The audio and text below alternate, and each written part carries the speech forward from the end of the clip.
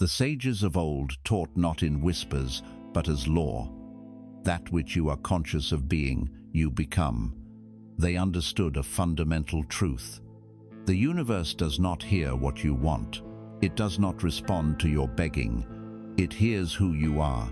It responds to the state of consciousness from which you operate. So, I ask you, what are you conscious of being? Look at the fabric of your reality, not with judgment, but with radical honesty. Are you conscious of struggle, of effort, of a constant grinding battle against a world that seems to hold what you desire just out of reach? Are you conscious of lack, a quiet, persistent hum of not enough that underscores every decision, every hope, every fear? What if this state, this condition you call your life, is not an objective reality? What if poverty is not a number in your bank account, but a prison built within your own mind? A prison whose bars are forged from beliefs you inherited but never questioned, whose walls are mortared with the ghosts of past failures and the echoes of other people's doubts. A prison so familiar, you have mistaken it for the world itself. You pace its floors, you trace the outlines of its stones, believing this is all there is, all there ever can be. But there is a world outside those walls. A world not of frantic getting, but of effortless being. A world where wealth is not something you chase, but something you are. It is the natural state of the universe. It is the creative force that blossoms a trillion stars from nothingness. It is the energy that flows through all things, awaiting only your recognition to pour into your experience. This journey we are about to take together is not about learning a secret technique to break out of the prison. It is about realizing the door was never locked. The chains were never made of iron, but of thought, and thought can be unthought. We will not be adding anything to you. You are already complete. Instead, we will begin a process of subtraction, a gentle, persistent dissolving of the inner architecture of lack. We will unravel the assumptions, challenge the invisible scripts, and starve the ghost of scarcity until it vanishes into the light of your awareness. This is a journey to reclaim the kingdom that has always been yours, a journey home, to the boundless, unlimited source that you are. Now, be still, and let us begin. Let us begin, not with action, but with sight, a different kind of sight. I want you to look at your world, the room you are in, the state of your finances, the quality of your relationships, the feeling in your body. For your entire life, you have been taught that these things are external to you, that they are solid, separate, acting upon you. You are the victim of circumstance, the receiver of good or bad fortune. This is the foundational lie that keeps the prison walls standing. The truth is far more simple and infinitely more powerful. The world you perceive is not a cause. It is an effect. It is a mirror. A perfect, flawless, brutally honest mirror, reflecting the totality of what you hold to be true within yourself. It does not reflect what you want. It does not reflect your hopes or your fleeting positive affirmations. It reflects your deepest, most dominant convictions, the assumptions that run beneath the surface of your conscious mind, the settled, quiet feeling that you carry with you throughout the day. Your world is the physical manifestation of your state of being. There is no separation.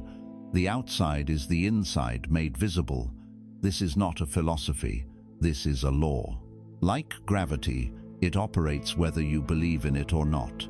To truly grasp this, imagine your consciousness is a projector, a vast, powerful, silent projector. And the universe, your life, is the screen. Buried deep within the mechanism of this projector are slides. These slides are your beliefs, your core assumptions about yourself and about life. One slide might be etched with the words, "Life is a struggle." Another, "I am not worthy of love." A third, and perhaps the most common, "There is never enough." These slides may have been placed there in your childhood by a thoughtless comment, a painful experience, a societal belief you absorbed without question. They have been running for so long, projecting their images onto the screen of your life, that you have forgotten the projector even exists. You believe the images on the screen are the reality, and so, what do? We try to change the image by manipulating the screen.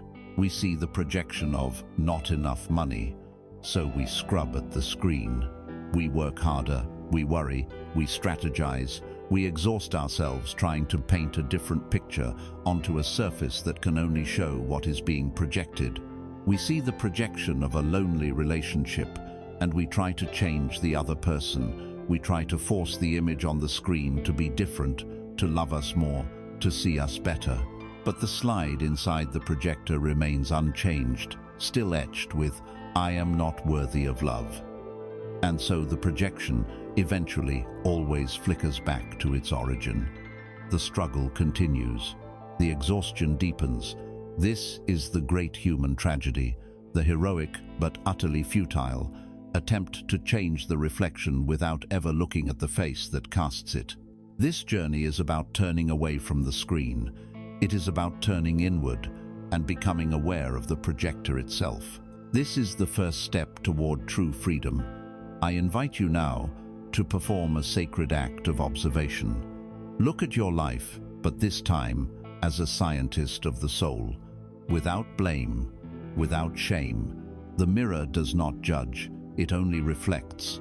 The reflection is not a punishment, it is information.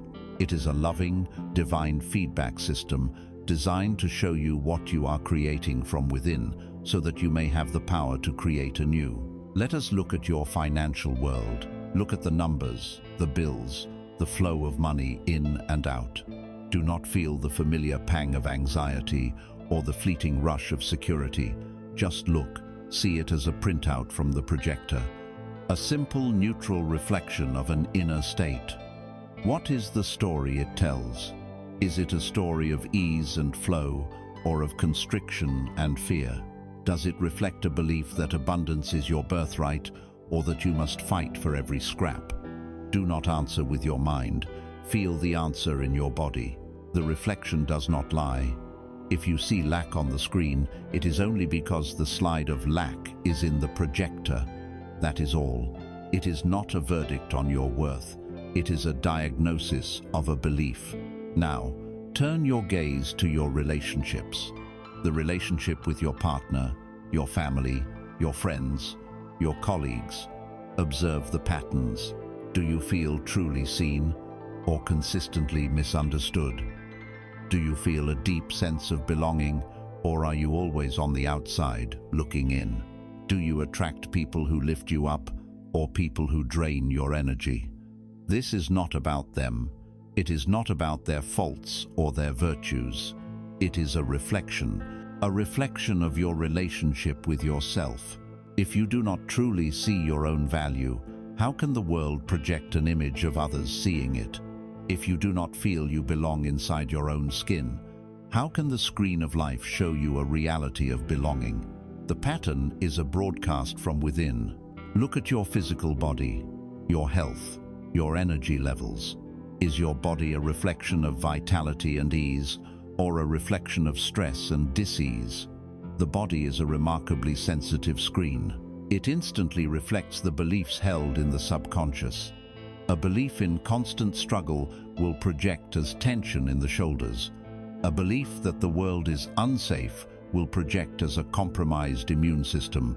A deep-seated feeling of frustration will project as inflammation. Your body is a living mirror of your internal state. Listen to its messages. It is telling you, with perfect clarity, which slides are running in the projector. This process may feel uncomfortable at first. We are so accustomed to blaming the screen. It is so easy to say, "I am in debt because the economy is bad," or "I am lonely because no one understands me."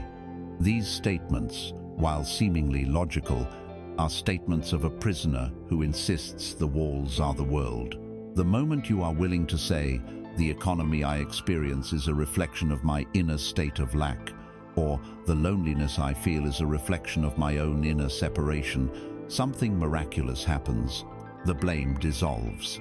The victimhood evaporates. And what is left is a quiet, immense power, the power of the Creator. Because if your world is a reflection of you, then to change your world, you only need to change yourself. You no longer have to manipulate the infinite complexities of the outside world. You only have to attend to the source. You only have to change the slide in the projector. This is where your true work lies, not out there in the world of shadows and echoes, but in here, in the vast, silent, creative space of your own consciousness. So for now, just sit with this. Let this truth permeate your being. My world is a mirror. My life is a reflection. When you look at an unwanted circumstance, practice whispering to yourself, "This is a reflection. It is showing me something inside myself that is ready to be healed." This is the beginning of waking up. You are turning your gaze from the shadow to the substance. And now that we are looking at this great mirror, we must be brave enough to face the most common and powerful distortion it reveals. We must confront the primary image that keeps humanity in chains. We must look directly at the haunting face of the ghost of scarcity. You have looked into the great mirror. You have seen that the world is a reflection of your inner state.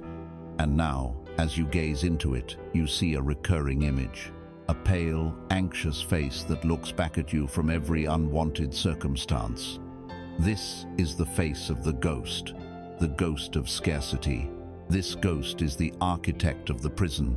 It is the primal fear, the original wound from which all other limitations are born. It is a presence that haunts the collective consciousness of humanity, and it has taken up residence in your own. It is the quiet, chilling whisper that says, there is not enough money, not enough time, not enough love, not enough opportunity, not enough energy, and the most insidious whisper of all, I am not enough. This ghost is not real. It has no substance. It is a phantom woven from ancestral memory, from a time when survival was a daily battle. It is stitched together from the fears of your parents, the warnings of your teachers, the anxieties of a society built on competition. It is a story you were told, a story you have repeated to yourself so many times that you have forgotten it is just a story. It has no power of its own. It is a parasite. It survives only on one thing, your belief in it, and you have been feeding it your entire life. Imagine your consciousness, your very being, is a beautiful, spacious house. It was designed for light, for warmth, for music, for laughter. It has countless rooms, each holding a different potential, a room of creative genius, a room of deep connection, a room of profound peace, a room of effortless abundance. You are meant to be the master of this house, free to roam its halls, to open every window, to live fully in every corner of your magnificent being. But long ago, the ghost of scarcity was invited in, and now it haunts the house. You have learned to live with it. You have adapted to the haunting. How does it manifest? It manifests as a constant, low-grade anxiety, a chill in the air that you can't quite explain. You don't explore the whole house anymore. Certain wings are now off-limits. The wing of bold risks, of passionate pursuits, of unconditional generosity. The doors to these wings are locked. The ghost has told you it is dangerous in there, that you might lose what little you have. So you stay in the few small, safe rooms. The room of the sensible job, the room of the predictable routine. Your world, which was meant to be a mansion, has shrunk to the size of a cold, cramped apartment. The ghost dictates your behavior. You hear a creak in the floorboards, an unexpected bill arrives, and you freeze, convinced the ghost is about to materialize. Your heart races, your breath becomes shallow. You are reacting to a phantom as if it were a predator. You think about starting a new venture, opening your heart after being hurt, or investing in your own growth. But as you reach for the doorknob to one of those locked rooms, the ghost whispers in your ear. Its voice is so familiar. you mistake it for your own. Who do you think you are? Don't get your hopes up. It's safer here. Remember what happened last time. And so, your hand falls from the knob. The door remains closed. The potential within that room remains dormant. The ghost has won again, without ever laying a hand on you. It makes you hoard. You hoard money, clinging to it not as a tool for joy, but as a shield against the ghost. You hoard affection, afraid to give it freely lest your supply runs out. You hoard your talents, afraid to share them with the world for fear of judgment or failure, which are simply the ghost's favorite masks. The very act of hoarding, of constricting the flow, is what gives the ghost its power. It is what creates the very lack you are trying to avoid. The house becomes dusty and stale because the windows are never opened to let in the fresh air of circulation. You cannot fight a ghost. You cannot reason with it. You cannot shout at it or try to force it out. To do so is to treat it as if it were real. It is to wrestle with a shadow, an act that only makes you tired and affirms the shadow's power over you. The only way to deal with a ghost, the only way to banish a phantom, is to turn on the light. The light is your awareness, your calm, detached, non-judgmental consciousness. Your task is not to fight the feeling of scarcity, but to simply see it. When the cold chill of anxiety runs through you as you look at your bank account, do not resist it. Do not immediately spiral into panicked thoughts. Instead, stop, breathe, and say internally, "Ah, there it is, the ghost. I feel its coldness, I hear its whisper, I see the story it is telling me." In that moment of pure observation, you create a space between you and the fear. You are no longer possessed by the ghost.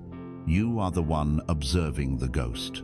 You are the master of the house once again, standing calmly, watching the phantom perform its tired, old tricks. When you do this, you begin to notice its nature. You see that its whispers are just thoughts, fleeting clouds of energy passing through the sky of your mind. You see that the coldness is just a sensation, one you can breathe through. You see that it has no real substance. It is transparent. You can see the beautiful room right through its hazy form. This is the practice. When the thought, "I can't afford this," arises, see it, label it. The ghost is whispering. When the fear of failure stops you from acting on an idea, see it, label it. The ghost is guarding a door. Do this without anger, without frustration. Do it with the curiosity of a scientist and the compassion of a wise parent comforting a child who has had a nightmare. The fear is a nightmare. It feels real to the dreamer, but the one who is awake knows it is an illusion. Your awareness is the act of waking up within the dream. As you practice this, the light of your awareness grows brighter. The house becomes warmer. The ghost, starved of your belief, begins to fade. It may still appear from time to time, especially when you are tired or stressed, but it will seem weaker, more transparent. Its whispers will be fainter. You will find yourself able to smile at it, a knowing smile that says, "I see you, I know what you are, and you have no power here." You will start to try the locked doors. You will venture into the forgotten wings of your own being, and you will discover that it was never dangerous at all. You will find that these rooms hold the very treasures you have been seeking. The ghost's greatest triumph is not just in making you afraid, but in making you waste your most vital resources on it. Every moment you spend worrying about lack, every ounce of energy you expend wrestling with its shadows, is energy that cannot be used for creation, for joy, for love. You have been feeding this phantom with your life's most sacred currency. The one true currency that determines everything, the currency of your attention. You have been feeding the ghost of scarcity. You have been keeping it alive, nourishing its transparent form, and the currency you have been using is the most valuable, most potent, most creative force you possess. It is the currency of your attention. You believe your currency is the paper in your wallet, the digits on a screen. This is an illusion. That is a secondary currency, a symbol, a shadow. Your primary currency, the raw gold of the cosmos from which all things are forged, is your focused consciousness. Where your attention goes, your energy flows. And that which you energize, you bring into your experience. This is not a metaphor, it is the physics of creation. Your attention is a generative force. It is the focused beam of light that calls matter forth from the quantum field of infinite possibility. It is the water that nourishes the seed of an idea into the mighty oak of physical reality. What you place your attention upon, you are voting for, you are funding, you are building cell by cell, moment by moment. The universe is profoundly, impersonally obedient. It does not judge the object of your focus, it simply provides the energy to manifest it. If you direct the powerful river of your attention onto your debts, onto your fears, onto what is broken and what is missing, the universe does not argue. It simply says, yes, and provides the creative force to build more debt, more fear, more brokenness, more lack. You are directing your life-giving water into a desert, and then you stand in the dust and wonder why you are thirsty.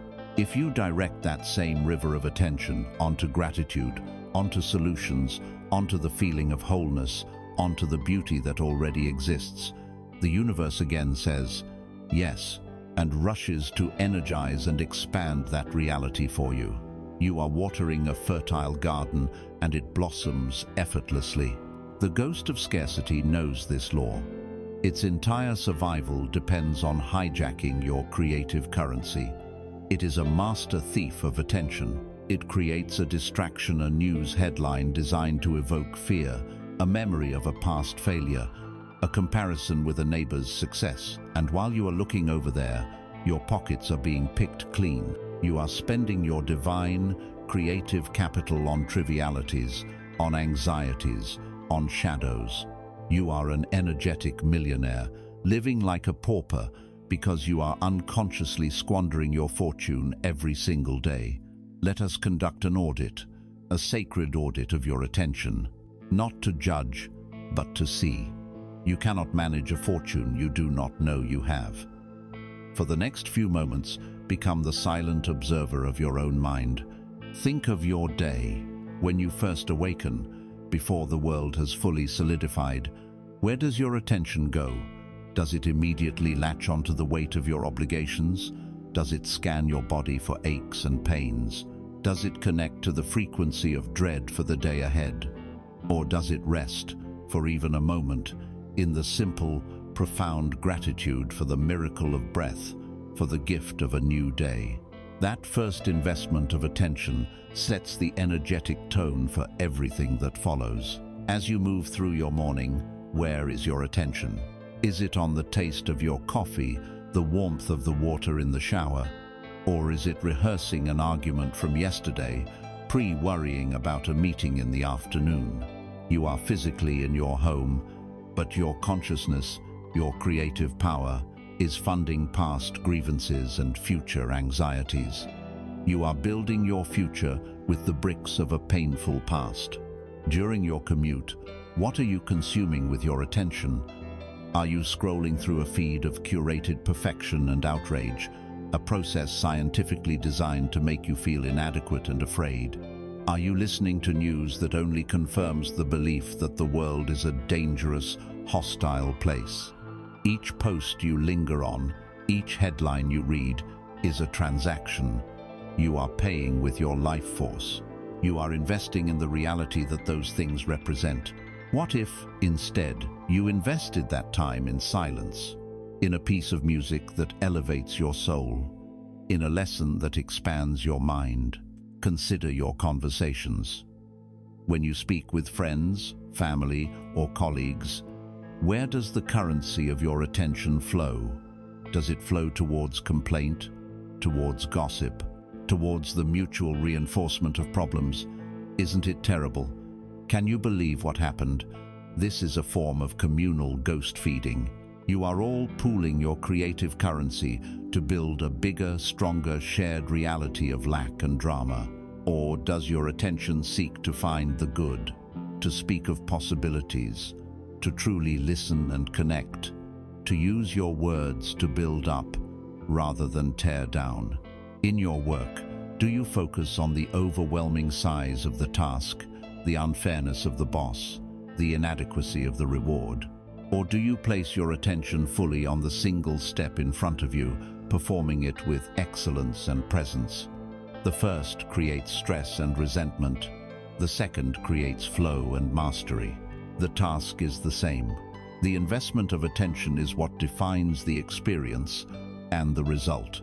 And at night, in those crucial moments before you drift into the subconscious realm of sleep, where do you make your final investment of the day? Do you replay your failures?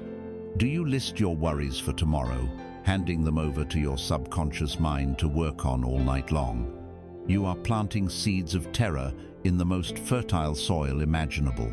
No wonder you awaken with a sense of dread. The harvest is simply the result of the seeds you planted. What if, instead, you consciously placed your attention on what went right? What if you marinated your mind in the feeling of the day successfully completed? What if you fell asleep while feeling the feeling of your greatest desires already being your reality? This is not about being a Pollyanna. This is not about ignoring reality. It is about understanding that your attention creates reality. To see a bill and deny its existence is foolish. To see a bill, acknowledge it, and then deliberately shift your dominant focus to the feeling of financial well-being, to the creative power within you to generate solutions. This is the work of a master. You acknowledge the reflection in the mirror, but you place your energy and your focus on the face you wish to see there. Reclaiming your attention is the ultimate act of power. It is the beginning of true spiritual and material sovereignty. You stop being a leaky vessel, your life force draining away into 1,000 meaningless distractions. You become a focused, coherent beam of creative energy. You decide what you will build. You choose what you will water. This is difficult at first, because the ghost has trained you well. Your mind will wander back to its old, familiar ruts of worry and lack. Your task is to gently, patiently, and persistently bring it back, 1,000 times a day, if necessary. Each time you catch yourself focusing on what you do not want, and you deliberately shift your focus to what you do want, you are building a new muscle. You are forging a new neural pathway. You are taking back your power, one conscious moment at a time. You are learning to be the master of your own creative force. But to truly direct this powerful currency, to wield it with the authority of a creator, requires more than just discipline. It requires a fundamental shift in identity. You cannot effectively direct the river of abundance from the standpoint of a beggar on the riverbank, hoping for a few drops. To command the river, you must realize that you are not separate from it. You must recognize, in the very core of your being, that you are its source. You have learned to command your attention, to direct the river of your creative energy. But a question remains, a question of posture. From what position do you direct this force? For decades, perhaps your entire life, you have been directing it from the position of a beggar. You have stood on the outside of your own desires, praying to a distant God, a separate universe, hoping for a favorable response. Your prayers have been petitions of lack. Please, give me abundance. Please, let me be successful. Please, send me love. Do you hear the assumption buried in these prayers? The unspoken premise is, I do not have it. I am without. I am separate from the good that I seek. Every prayer from a state of lack is a powerful affirmation of that very lack. You are using the currency of your attention to fund the reality of your own powerlessness. You are the king who has forgotten his royalty and is now begging for scraps at his own castle gates. This is the great error, the core delusion that keeps you chained, the belief in separation, the belief that you are here, And that which you desire, wealth, health, love, is over there, something to be acquired, earned, or won. It is time to end this masquerade. It is time to drop the beggar's bowl, to stand up, and to remember who you are. You are not the beggar. You are not the petitioner. You are not a vessel waiting to be filled. You are the source. You are the wellspring from which all abundance flows. Wealth does not come to you. It comes from you.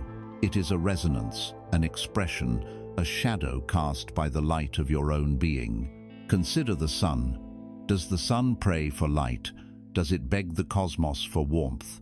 Does it worry about having enough energy to burn? The thought is absurd. The sun does not acquire light. It is light.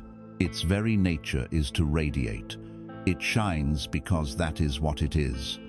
For your entire life, you have been acting like a cold, distant planet, orbiting a sun of abundance, hoping it will shine upon you.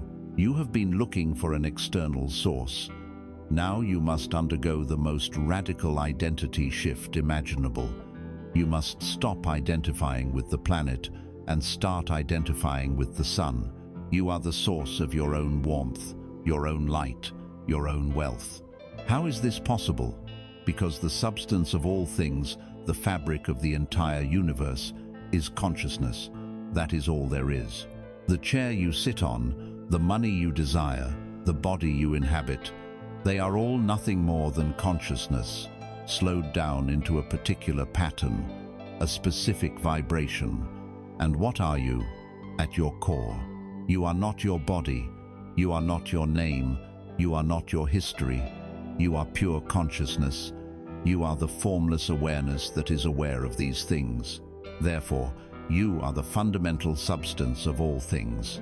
You are not separate from wealth. You are the very stuff from which wealth is made.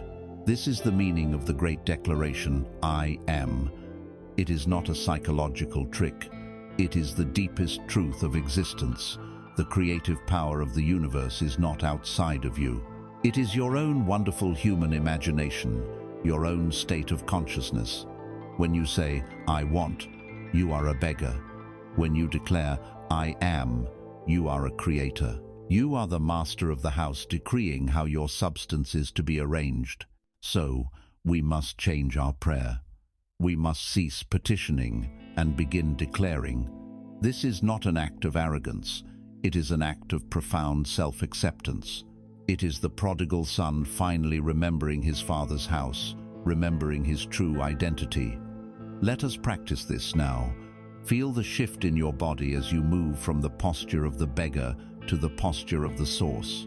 Instead of thinking, I wish I had more energy, close your eyes and feel the truth of this statement. I am the source of infinite energy. It radiates from the center of my being, effortlessly and endlessly. Do not just say the words, feel what that would feel like. A body without fatigue, a mind that is clear and bright, a spirit that is vibrant and alive. That feeling is you claiming your true nature. Instead of pleading, I need more money, stand in the quiet authority of this truth. I am the very substance and reality of wealth. All that I require manifests from my own being, in perfect time and perfect order. I am not the one who receives wealth. I am the point of its origin. Feel the relaxation that comes with this. The frantic searching stops. The anxiety dissolves. There is no need to chase when you are the source. You simply allow that which you are to flow into expression. Instead of crying out, I want to find love, know this in the center of your soul. I am the love that I seek. I am the source of all warmth, all acceptance, all connection. I radiate this love, and the world reflects it back to me in perfect harmony. Feel the wholeness of this state. You are not a half, seeking another half to be complete. You are a sun, shining, and other suns are drawn into your orbit by the power of your light. This is your true work. To practice this new identity, to catch yourself when you fall back into the habit of the beggar, and to gently, lovingly, authoritatively shift back into the knowing of the source. When a fear arises, You will recognize it as the beggar's fear, the fear of the one who believes he is separate and vulnerable. You will then meet that fear with the authority of the master of the house, who knows that all is well, for all proceeds from him. Your imagination is the creative studio. When you imagine, you are not daydreaming. You are giving form to your own substance. When you imagine yourself as poor and struggling, you are commanding your substance to take that form. You are a master sculptor, meticulously carving a statue of a beggar, and then weeping because it is not a king. When you dare to assume the state of your desire fulfilled, when you walk in your imagination as the person you wish to be healthy, wealthy, loved, you are sculpting a king. And because the inner and outer are one, that statue must eventually step off its pedestal and walk in your world as a living, breathing reality. Claim this power. It is your birthright. You are not a leaf in the wind, hoping to be blown to a favorable shore. You are the wind itself, determining your own direction. You are not a supplicant at the altar. You are the God to whom you have been praying. As you begin to stand in this new authority, this new identity as the sovereign creator of your experience, you may notice a dissonance. You may stand in the throne room of your mind, declaring, "I am wealth," while remembering a long history of debt. You may declare, "I am wholeness," while feeling the echoes of past mistakes. It is as if a new king has taken the throne, but the old kingdom's accounting books are still filled with records of failure and lack. To truly rule from this new state of being, you must first do what any good sovereign would. You must wipe the slate clean. You must rewrite the internal ledger. You have claimed your throne. You have remembered the truth of your being, that you are the source, the creator, the sun from which your reality radiates. You stand in the center of your consciousness, ready to issue new decrees. But as you sit in this newfound authority, you feel a subtle unease. From the dusty corners of your kingdom, the old scribes bring forth the ledgers of your past. And as you gaze upon them, you see a story written in the stark, unforgiving ink of judgment. It is a story of debt. This is the internal ledger, a silent, meticulous record kept within the vaults of your subconscious mind. It is the accounting of every perceived failure, every mistake, every broken promise, every time you did not live up to your own or someone else's ideal. It is a record of all the times you felt you were wronged and all the times you felt you did wrong. For most of us, this ledger is horrifically unbalanced. The debit column, the list of our faults and grievances, is long and detailed. The credit column, the list of our triumphs and virtues, is sparse and forgotten. The bottom line, the net worth of our soul, appears to be in a state of deep spiritual deficit. And here is a fundamental law. You cannot feel abundant while you believe you are in debt. It is an energetic impossibility. The feeling of indebtedness, whether conscious or unconscious, broadcasts a powerful frequency of unworthiness into the universe. It is a constant drain on your creative power. It is the belief that before you can receive any good, you must first pay for your past. You are trying to fill a cup, but this feeling of debt is a hole in the bottom, and the life-giving waters of abundance perpetually leak away. This debt is not just financial. In fact, financial debt is often merely the outermost reflection of a much deeper, inner accounting. There is emotional debt, the feeling that you owe others for your mistakes. I should have been a better parent, a better partner, a better friend.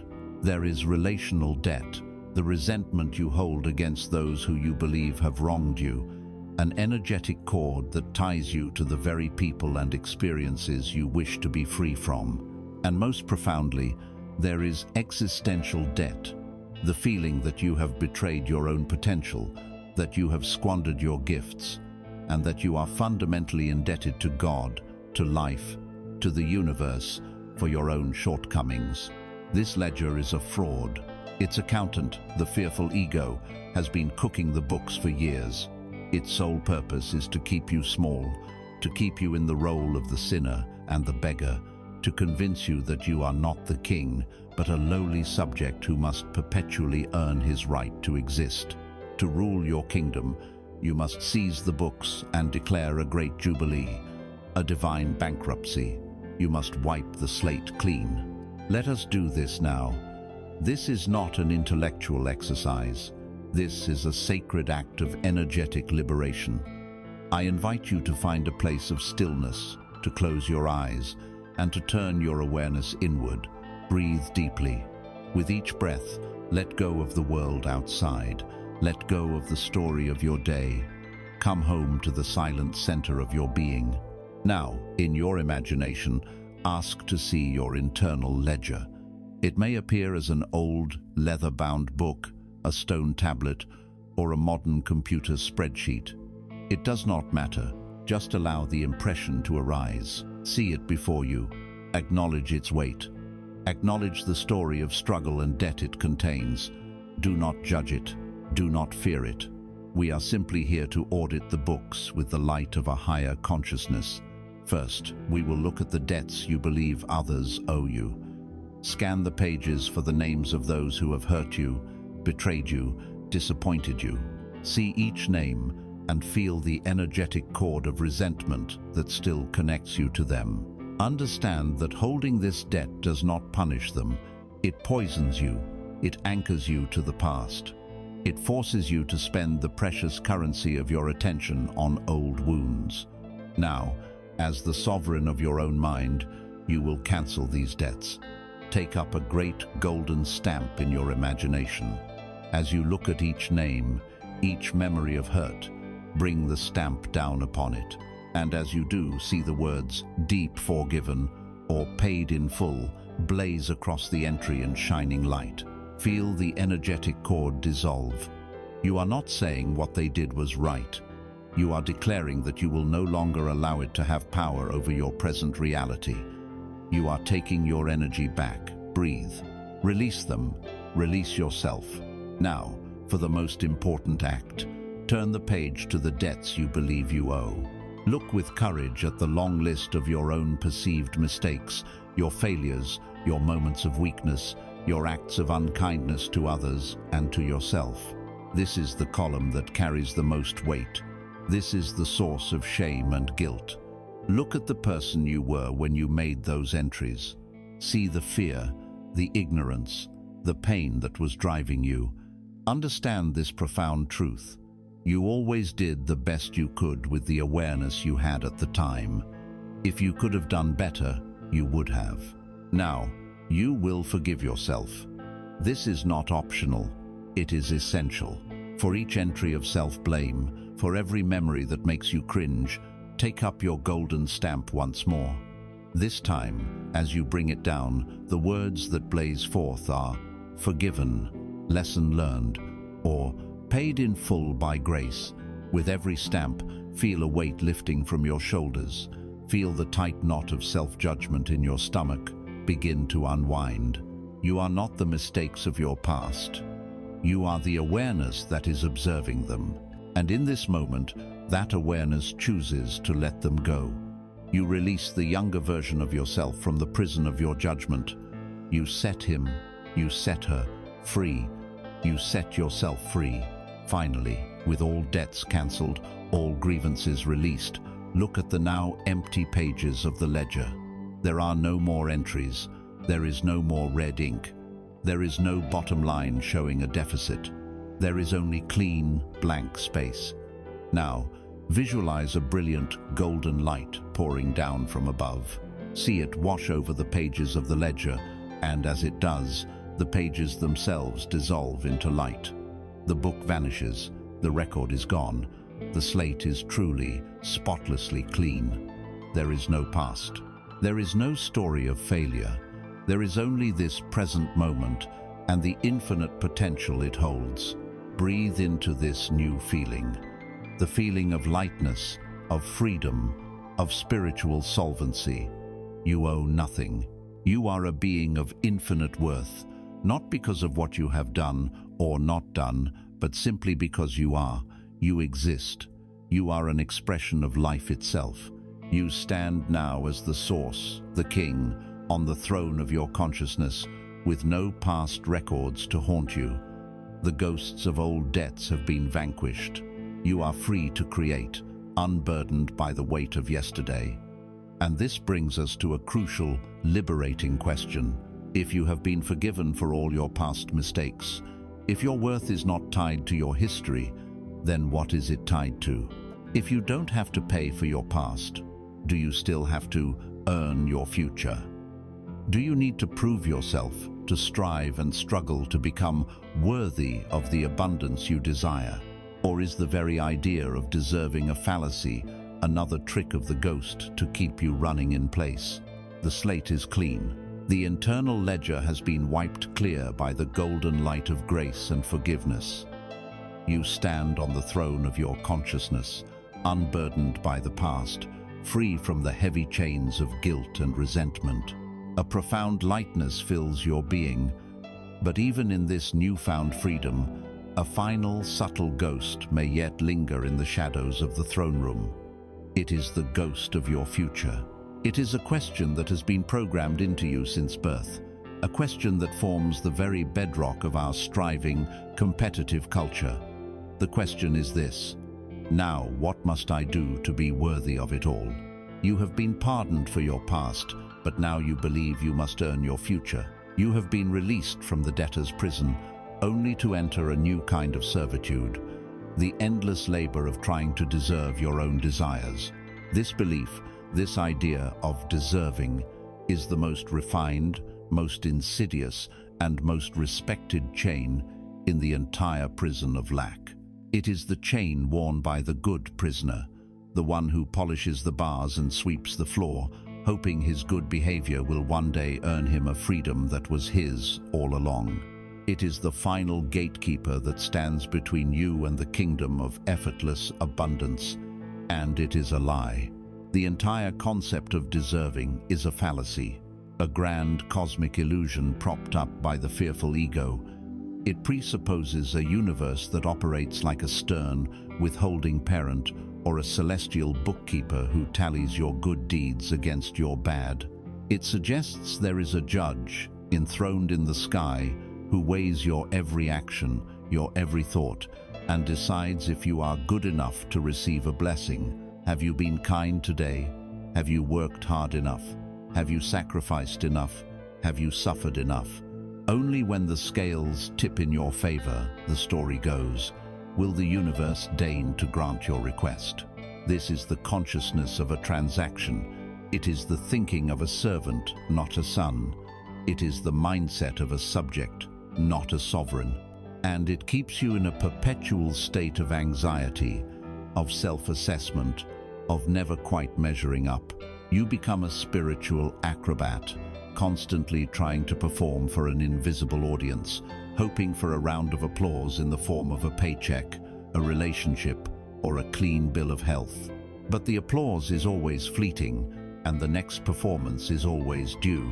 Let us dismantle this illusion with the simple, irrefutable logic of nature. Look at the sun. It pours out unthinkable, life-giving energy, bathing the entire solar system in warmth and light. Now, consider a single flower in a field. As the sun rises, the flower opens its petals. Does the sun conduct a moral inventory of that flower before it shares its light? Does it check to see if the flower has been sufficiently pious? Does it measure whether this flower has struggled more than the one next to it? The idea is laughable. The sun does not ask if the flower is worthy. The sun does not judge. The sun shines. That is its nature. And the flower, in turn, does not question its own worthiness to receive that light. It does not think, "Am I a good enough flower today?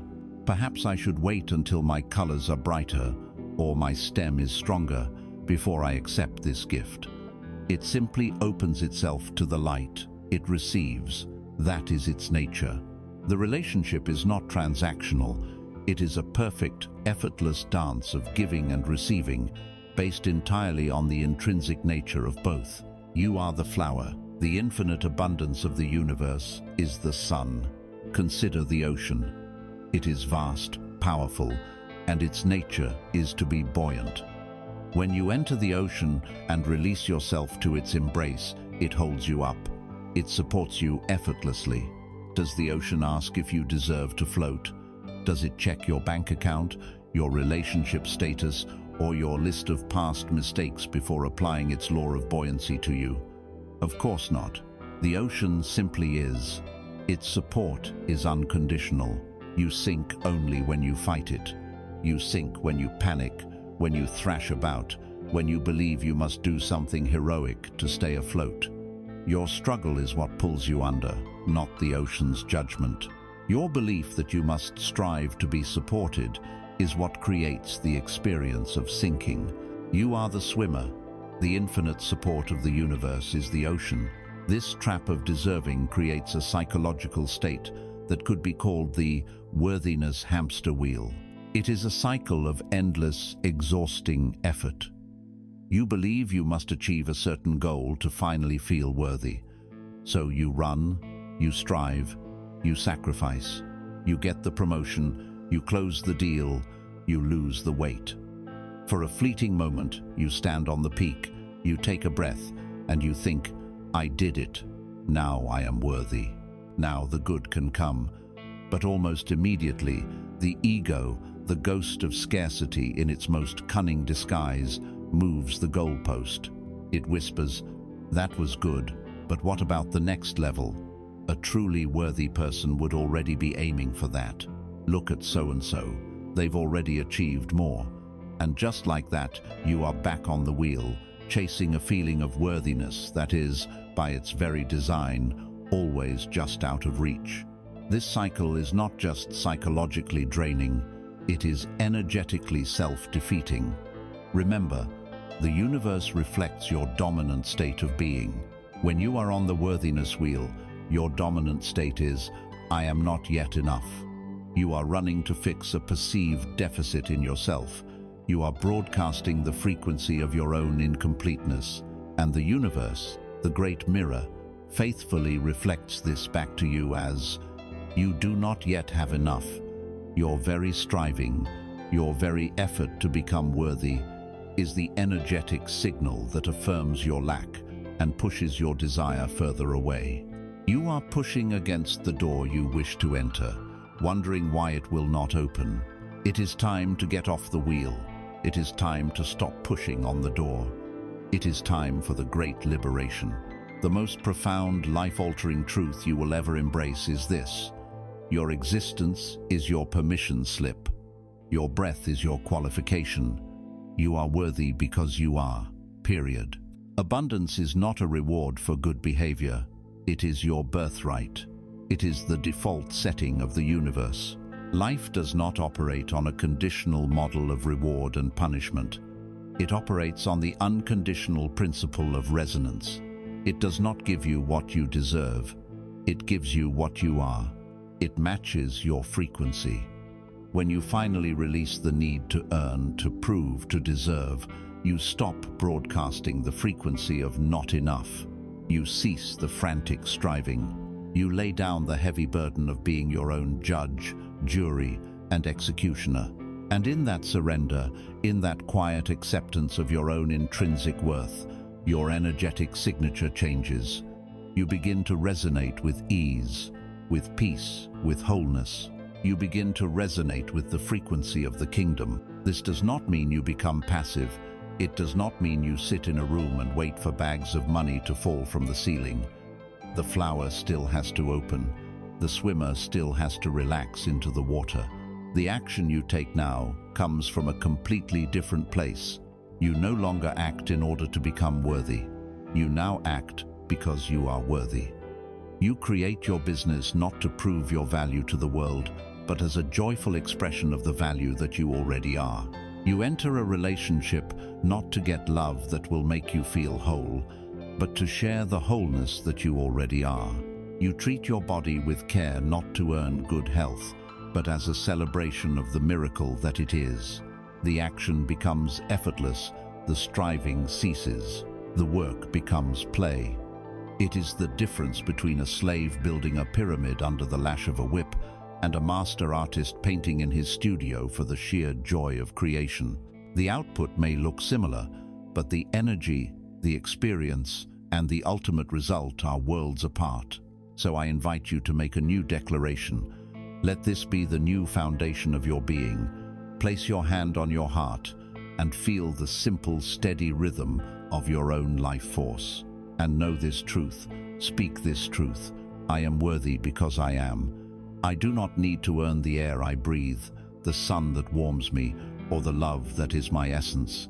I am a divine expression of life itself, and I am inherently deserving of all the good that life has to offer. My worth is not in question, it is a fact. From this day forward, I cease all striving to prove myself. I release the need to earn my own existence. I simply accept my good. I allow it to flow to me, through me, and from me.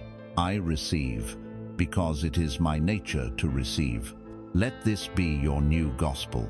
Let it dismantle the old, tired religion of unworthiness. You are not a sinner in need of salvation.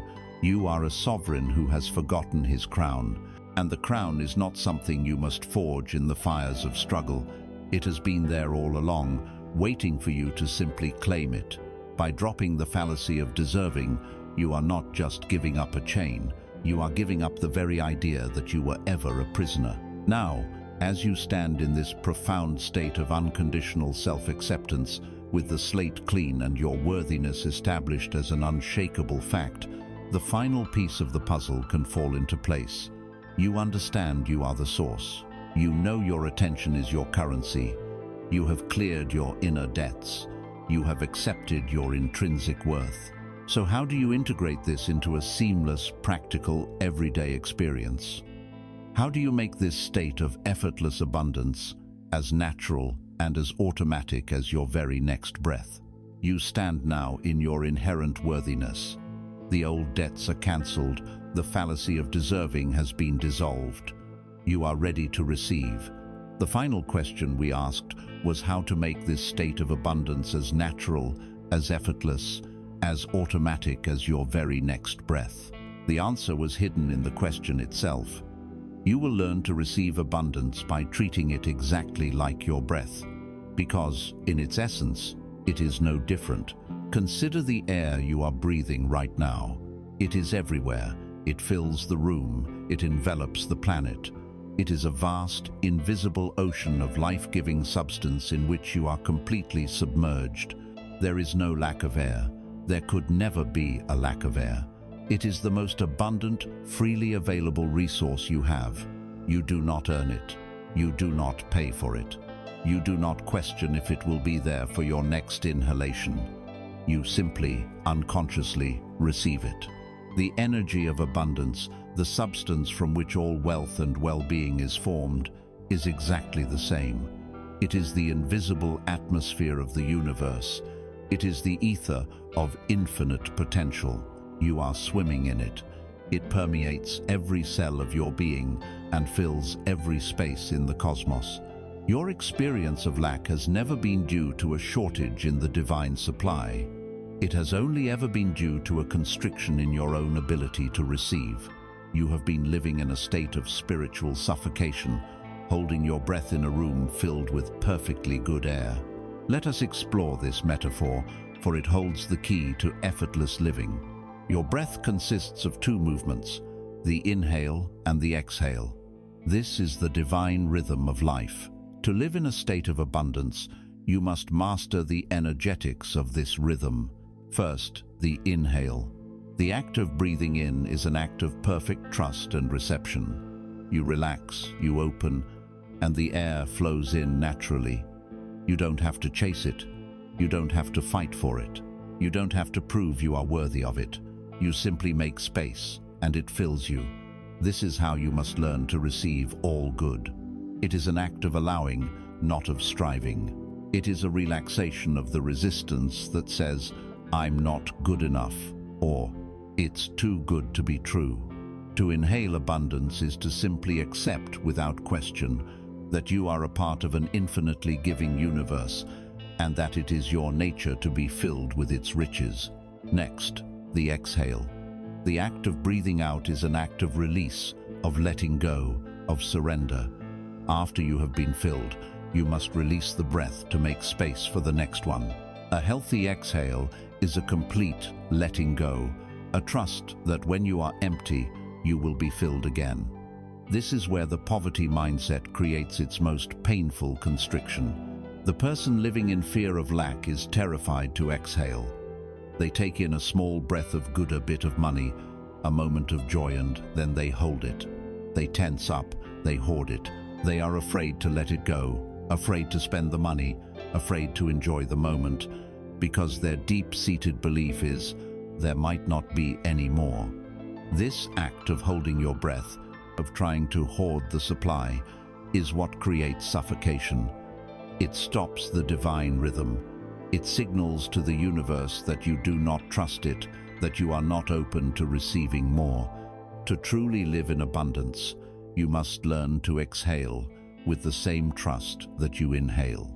You must give, release, and circulate with the calm assurance that the supply is infinite, and the next breath is always waiting. The cycle must be complete. To only inhale without exhaling is to hoard, and that leads to stagnation and bursting. To only exhale without inhaling is the path of the martyr, the one who gives and gives from a place of sacrifice until they are depleted and empty. The path of true wealth is the gentle, rhythmic, circular flow. Receive fully, release fully, trust the cycle. Now, let us move this from a concept into a living, felt experience. Let us use the power of this metaphor to reprogram your body and your mind.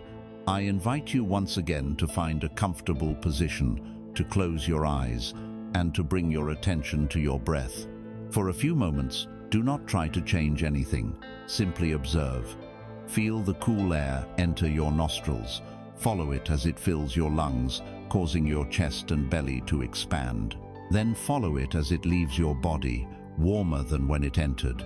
Just notice this simple, miraculous rhythm that has sustained you every moment of your life, mostly without your conscious participation. This is the rhythm we will now consciously infuse with new meaning. Let us begin with the inhale. From now on, with every breath you take in, you will do so with the conscious intention of receiving. You are inhaling more than air. You are inhaling the very substance of abundance. Let us begin. Breathe in, and as you do, know that you are receiving perfect health, perfect wealth, perfect clarity. Feel the golden energy of infinite supply filling your lungs, expanding your chest, and pouring into every cell of your body. Take a slow, deep, deliberate inhale now, with the sole intention of receiving all the good you could ever desire. You are worthy. Simply receive. Now, the exhale. With every breath you let go, you will do so with the conscious intention of releasing. You are releasing more than carbon dioxide. You are releasing all that stands in the way of your good. Let us begin. Breathe out, and as you do, consciously release all fear of lack. Release the need to control. Release the memory of past failures. Release the tension in your shoulders. Release the belief that you are separate or alone. Let it all go. Feel it leaving your body as a gray smoke, dissolving into nothingness. Take a slow, deep, deliberate exhale now, with the sole intention of releasing all resistance and making space for more good to enter. You are safe. Simply release. Now, we will combine them into a new pattern of being, a rhythm of abundance. Let us breathe together. Inhale, receiving the infinite supply of the universe. Feel yourself filling with peace and potential. Exhale, releasing all fear and all doubt. Feel yourself becoming lighter, clearer, more open. Inhale, trust, knowing that everything you need is flowing to you now. Exhale, surrender, letting go of how it must appear, when it must arrive. Inhale, worthiness. You are breathing Therefore you are worthy of all good. Exhale, struggle, releasing the old habit of striving and forcing. Continue this rhythm on your own for a few moments. A slow, conscious cycle of receiving and releasing. Feel the rhythm of abundance becoming your own. There is no hurry. There is no shortage. There is only the gentle, powerful, endless tide of breath, of life, of wealth. You are not creating it. You are simply participating in its eternal flow. This practice is your anchor. It is your tool. Whenever you find yourself during the day feeling the cold chill of the ghost of scarcity, when anxiety tightens your chest, when you fall back into the mindset of the beggar, you now know what to do. Stop. Take one conscious, deliberate breath. Inhale the feeling of abundance. Exhale the feeling of lack. In that single sacred moment, you reset your energetic signature. You return to the truth. You remember that the supply is infinite, and all you ever have to do is breathe it in. You have now grounded the state of abundance in your physical body. You know what it feels like to receive. This practice connects you powerfully to the abundance available in the present moment. But to create a new future, to manifest a reality that is not yet visible in the mirror, you must learn to breathe the air of a different world. You must learn to breathe the atmosphere of your wish already fulfilled. You must become so accustomed to the feeling of that future reality that it feels more real than the one you currently see. You must learn to live in the vibration of already done. You have learned to breathe in the atmosphere of the present moment's abundance. Now, we must take the final creative step. We must learn to breathe the atmosphere of a reality that does not yet exist for our five senses. You must learn to inhabit the feeling of your wish already being a fact. You must learn to live, not in hope, but in the calm, confident, unshakable vibration of already done. This is perhaps the greatest secret of all creation. You do not create your reality by chasing it, by fighting for it, or even by building it brick by brick. You create your reality by selecting it. Imagine a radio that can be tuned to an infinite number of stations. Each station is a different reality, a different version of your life, playing a different song. One station is playing the sad song of lack and loneliness. Another is playing the triumphant song of success and love. All of these stations are broadcasting right now, simultaneously. Your life, the song you are currently hearing, is simply the station you are tuned to. You cannot hear the music of abundance while your dial is set to the frequency of lack. To change your reality, you do not need to build a new radio. You simply need to change the frequency. The dial on this radio is your feeling state. It is your own consciousness. The frequency you broadcast is determined by what you assume to be true. To experience wealth, you must tune yourself to the frequency of wealth. You do this by generating the feeling of being wealthy, right now, before the evidence appears in the mirror of your world. This is the great paradox and the great power. You must feel it before you see it. The feeling is the creative act. The feeling is the secret that impresses the subconscious mind, the faithful servant that arranges the details of your physical life. This requires a fundamental shift from the energy of wanting to the energy of having. Wanting is a prayer sent from the frequency of lack. It is a declaration that you do not possess your desire. It creates a painful separation between you and your good. The more you want something, the more you affirm its absence in your life. The energy of having, however, is completely different. It is a state of quiet knowing. It is calm, it is relaxed. It is the feeling of relief, of gratitude, of normalcy. It is the state of being of the person who already possesses what you desire. Your work is to stop thinking of your desire and start thinking from it. Let me explain. The person thinking of winning the lottery is filled with anxious hope. They think of all the things they would do. The person thinking from the state of having already won is thinking about which financial advisor to hire or what color to paint their new home. Their thoughts are the natural, secondary thoughts that flow from the established fact of their wealth. The person thinking of being healthy is focused on symptoms, diets, and fears of illness. The person thinking from the state of perfect health is naturally thinking about what beautiful hike to take this weekend, or the joy of feeling vibrant and strong in their body. You must begin to occupy your desired reality in your imagination so completely that the thoughts and feelings of that reality become your natural, everyday state. There is a sacred time, a sacred technology for achieving this. It is the state just before sleep. In these precious moments, the loud, skeptical, conscious mind begins to grow drowsy.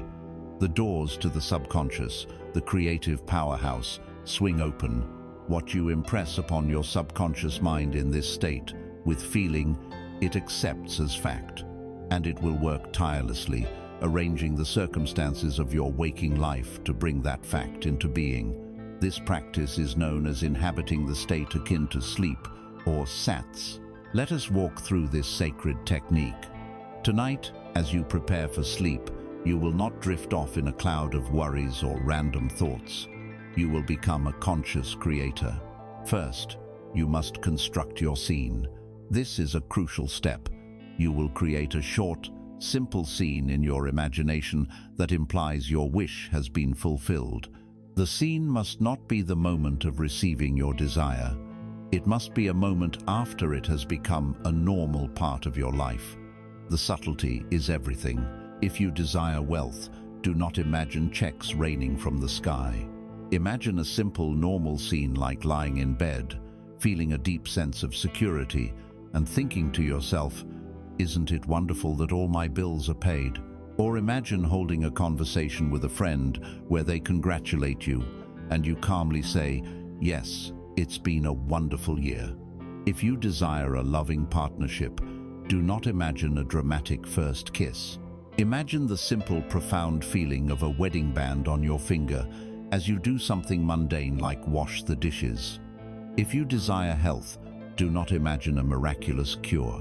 Imagine yourself effortlessly doing something you couldn't do before, like running up a flight of stairs and feeling exhilarated at the top. The scene should be short, sensory, and saturated with the feeling of relief and normalcy. Second, you will get into a state of deep physical relaxation.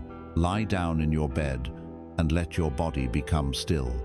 Imagine yourself as a being of inert mass. You cannot move your hands or your feet. You are deeply, profoundly relaxed. This physical stillness helps to quiet the conscious mind and open the gateway to the deeper mind. Third, you will loop your scene. Close your imaginary eyes and begin to play your short scene. See it, feel it, hear it. If your scene is feeling the wedding ring on your finger, truly feel the sensation of the cool metal. If it is your friend congratulating you, truly hear the sound of their voice and feel the joy of your response. Do not force it. Gently loop the scene over and over again, like a gentle lullaby. The most important part is not the visual clarity, it is the feeling you generate. You must saturate the scene with the feeling of its reality. Feel the relief, feel the gratitude, feel the quiet joy, feel the naturalness of it. It is done, it is real, it is a fact. Fourth, you will drift into sleep. As you continue to loop the scene and marinate in the feeling, allow yourself to fall asleep in that state. You are handing over this feeling, this completed reality, to your subconscious mind.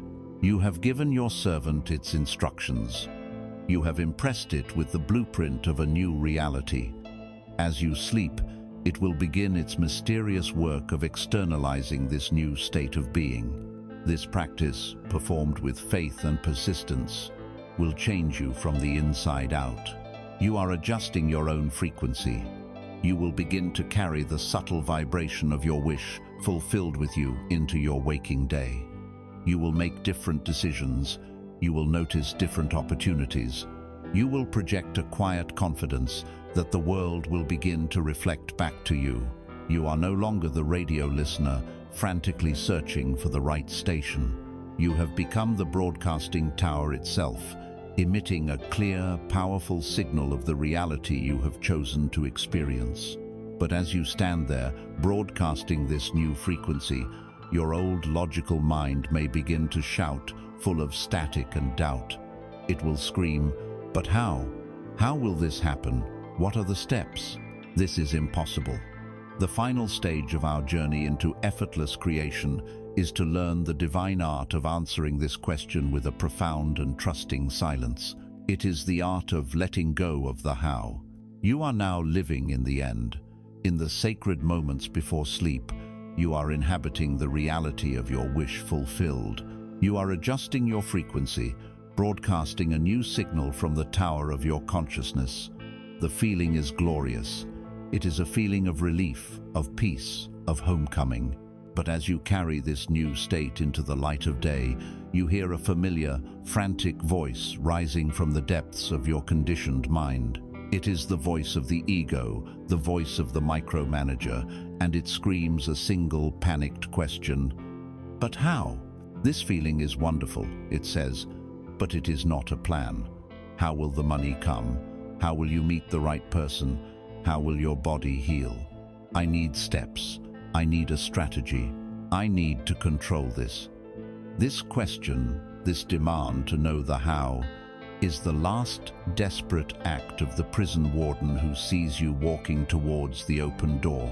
It is the ego's attempt to pull you back from the vast, magical realm of creation and into its own small, predictable, logical world.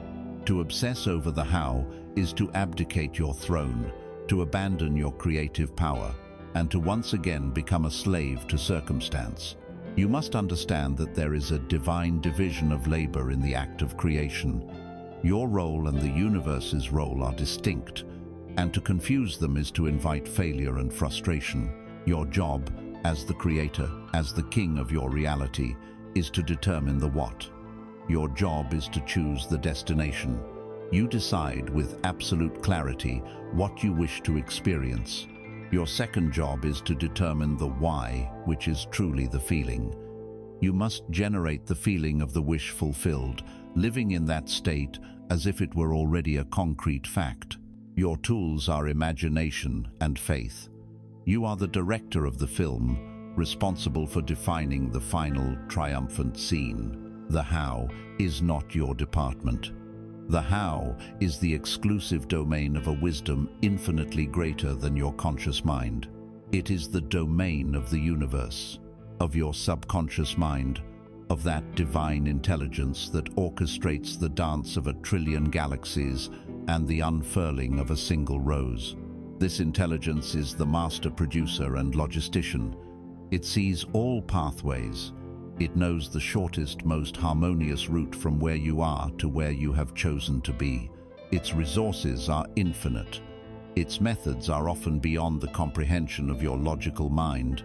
To insist on knowing and controlling the how is the equivalent of the film director leaving his chair, walking down to the set, and trying to personally build the cameras, mix the paint for the scenery, and negotiate the catering contracts.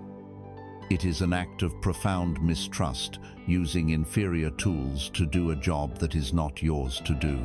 Let us use the ancient, perfect metaphor of the seed.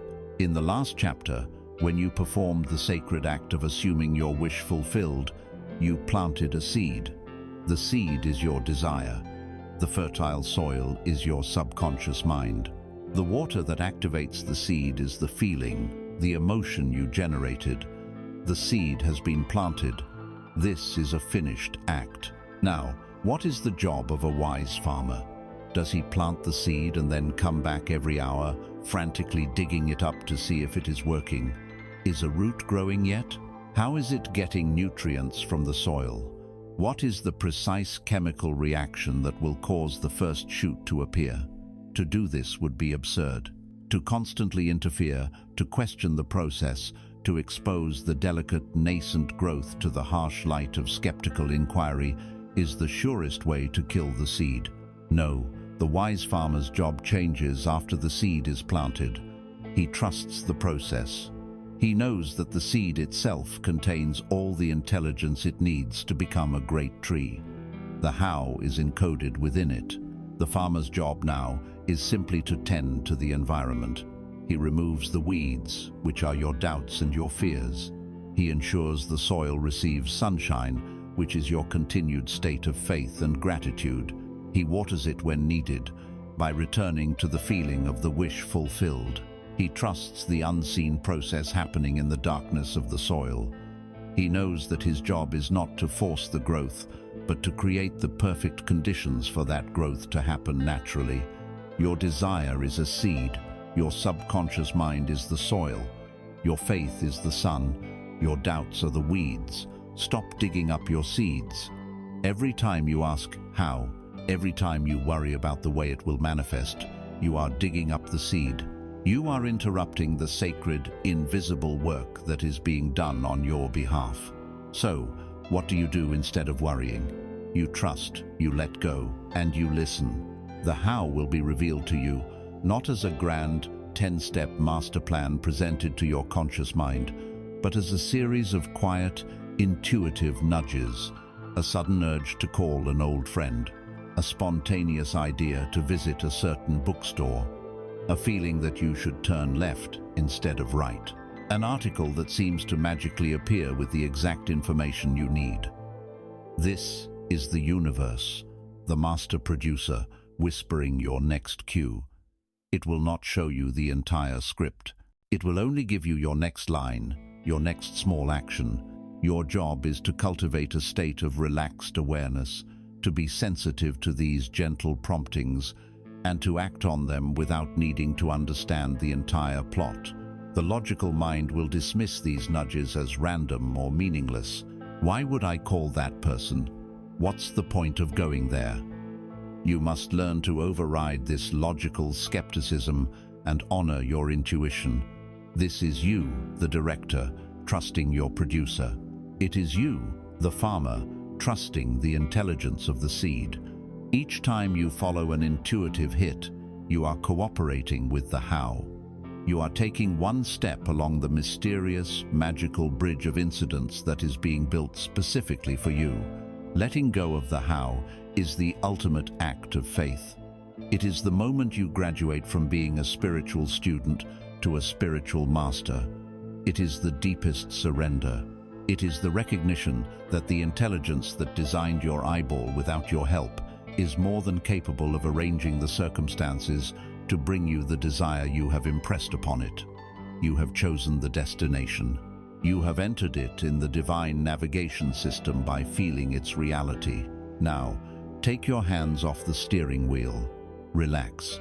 Enjoy the journey. The route is already calculated. This profound trust in the unseen process does not come from blind hope. It comes from a deeper understanding of the very fabric of reality itself. To fully surrender the how, it helps to understand the foundational principles upon which your reality is constructed. It helps to understand the very architecture of the beliefs that shape your world. To trust the unfolding of the how, you must have faith in the underlying process of creation. This faith is not blind. It is born from a deep understanding of the mechanism at play. It is born from understanding the very architecture of your reality. And the blueprint for that architecture, the foundational drawing from which your entire life is constructed, is your system of belief. Your life is a building. Your health, your relationships, your finances, these are the rooms within it. You have spent your life trying to improve this building by rearranging the furniture, changing the paint, and hanging new pictures on the walls. These are your actions, your efforts, your positive affirmations.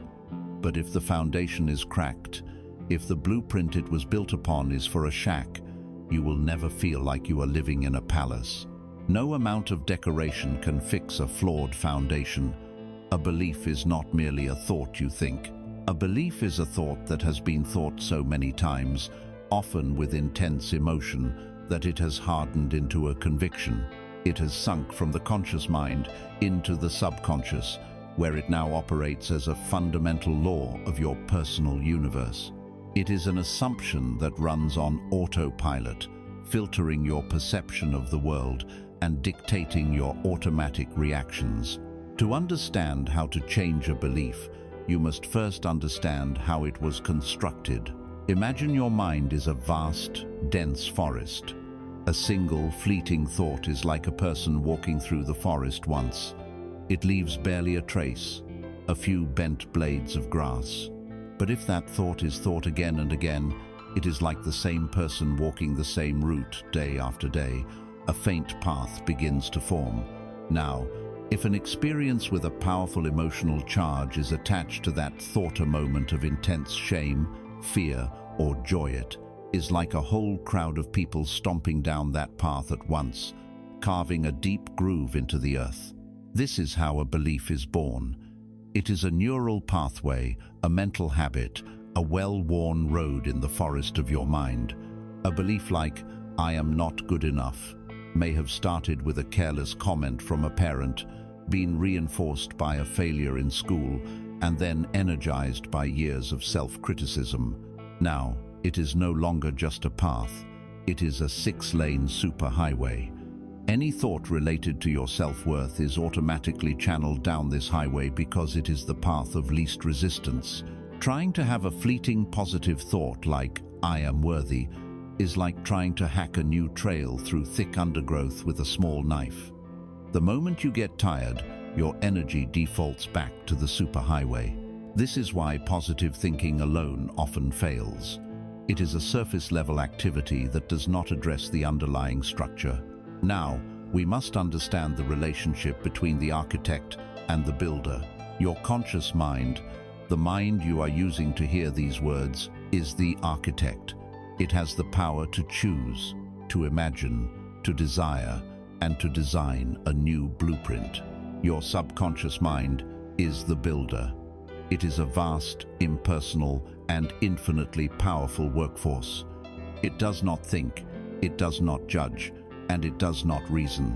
Its only function is to take the blueprint it is given, your dominant set of beliefs, and work tirelessly, 24 hours a day, to construct a physical reality that perfectly matches it. If the blueprint it holds is etched with the belief, "Life is a struggle," the builder will construct a life filled with struggle. It will cause you to overlook easy opportunities, to be drawn to difficult partners, to experience your body as a burden. It is not punishing you.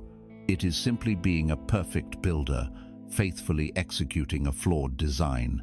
This is why willpower is so often futile. You, the conscious architect, can stand on the construction site of your life and shout new orders. Build a room of wealth. Build a relationship of joy. But the builder does not listen to your shouts. It cannot. It only follows the blueprint. To change the building, you must formally hand the builder a new, complete, and authorized blueprint. So, how do you do this? How do you change the architecture of belief? You do not fight the old belief. You do not stand on that 6-lane superhighway of "I am not good enough" and try to fight the traffic. To do so is to give it all of your attention and energy, which only strengthens it. You let it be. You simply choose to build a new road. You, the architect, consciously design a new blueprint. You choose a new belief. "I am unconditionally worthy of all good." Then you begin the work of carving a new path in the forest. At first, it feels unnatural. It feels like a lie. Your mind will constantly try to pull you back to the old highway. This is where your creative tools come in. The practice of SATs, of living in the feeling of the wish fulfilled, is the most powerful way to blaze this new trail. Each time you enter that state and feel the reality of your worthiness, you are taking a heavy roller and flattening the new path. Each time you saturate it with the feeling of gratitude and relief, you are pouring asphalt on it. You are consciously and deliberately paving a new road. This requires repetition and persistence. You are creating a new habit of being. You are choosing, again and again, to withdraw your energy and attention from the old structure and invest it in the new. and a miraculous thing begins to happen. As you use your new path more and more, as the new belief begins to feel more and more natural, the old highway begins to fall into disuse. Weeds start to grow through the cracks in its pavement. The forest begins to reclaim it. You do not have to demolish the old belief with explosives. You simply make it obsolete. You render it irrelevant. Eventually, your new way of thinking, "I am unconditionally worthy," becomes the new superhighway. It becomes your new automatic state of being. And the subconscious builder, receiving this new blueprint, immediately begins to dismantle the old structures in your life and build a new reality that perfectly matches your new conviction. This is the architecture of your freedom. You are not a victim of your beliefs. You are not trapped by your past conditioning. You are the master architect with the power to redesign the very foundation of your world. It is a process of conscious, deliberate, internal construction. To engage in this work of drawing up new blueprints, of paving new roads in the mind, requires a certain quality of attention. It cannot be done amidst the noise and chaos of a reactive life. An architect cannot draw a perfect blueprint on a rattling table in the middle of a storm. To create a new world, you must first find a space of profound inner stillness. You must discover the creative power that lies in the heart of silence. You now understand the architecture of belief. You are the architect, consciously designing a new blueprint for your life, a blueprint founded on the truth of your inherent worthiness and power. But to do this sacred work, you cannot be in a state of frantic distraction. An architect cannot draw a masterpiece on a rattling table in the midst of a shouting crowd. To connect with your deepest creative power, to design with clarity and precision, you must enter the studio of the soul, and that studio is a place of profound inner stillness. You must discover the immense wealth that lies waiting for you in the heart of silence. We live in an epidemic of noise. From the moment we awaken, we are bombarded. The noise of notifications, the noise of news headlines engineered to provoke our fear, the noise of other people's opinions, the endless, churning noise of our own minds. We have become so accustomed to this cacophony that we have grown to fear its absence. For many, silence is terrifying. It is an emptiness that we rush to fill with any distraction we can find. Why? Because in the silence, there is nowhere left to run. The feelings we have suppressed, the anxieties we have ignored, the truths we have avoided, they begin to surface. And so we keep the noise machine running, living our lives on a thin, turbulent surface, terrified of the vast, quiet depths that lie beneath. We have come to mistake the loudest voice in our head for our own. This is the voice of the ego, the inner micromanager, the terrified advisor we spoke of. It is constantly chattering, analyzing, judging, replaying the past, and rehearsing future disasters. It is the source of all your anxiety. It has convinced you that its constant, frantic activity is necessary for your survival. It believes that if it ever stops thinking, planning, and worrying, the world will fall apart.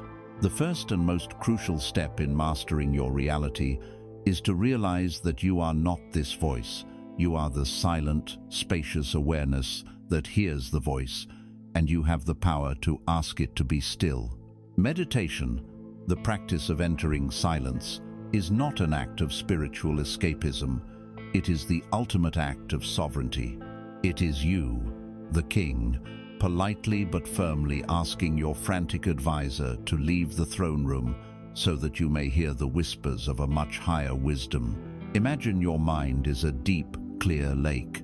At the bottom of this lake lie priceless treasures, diamonds of inspiration, gold coins of intuitive solutions, and the luminous pearl of deep, abiding peace. These treasures are your birthright. However, for most of your life, the surface of your lake has been in a state of constant turmoil. The winds of fear, the storms of worry, the ceaseless rain of overthinking have churned the surface into a frenzy of choppy waves.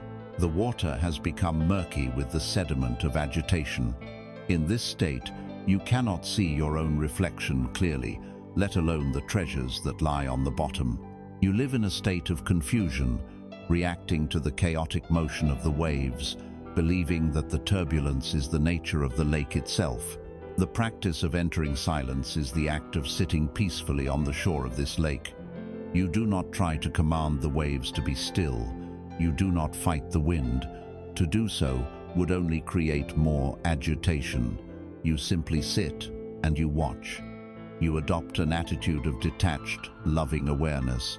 You allow the winds of thought to blow, and you allow the waves to crash, knowing that all storms eventually pass. And as you sit in this state of patient, non-resistant observation, a miracle occurs. The winds begin to subside.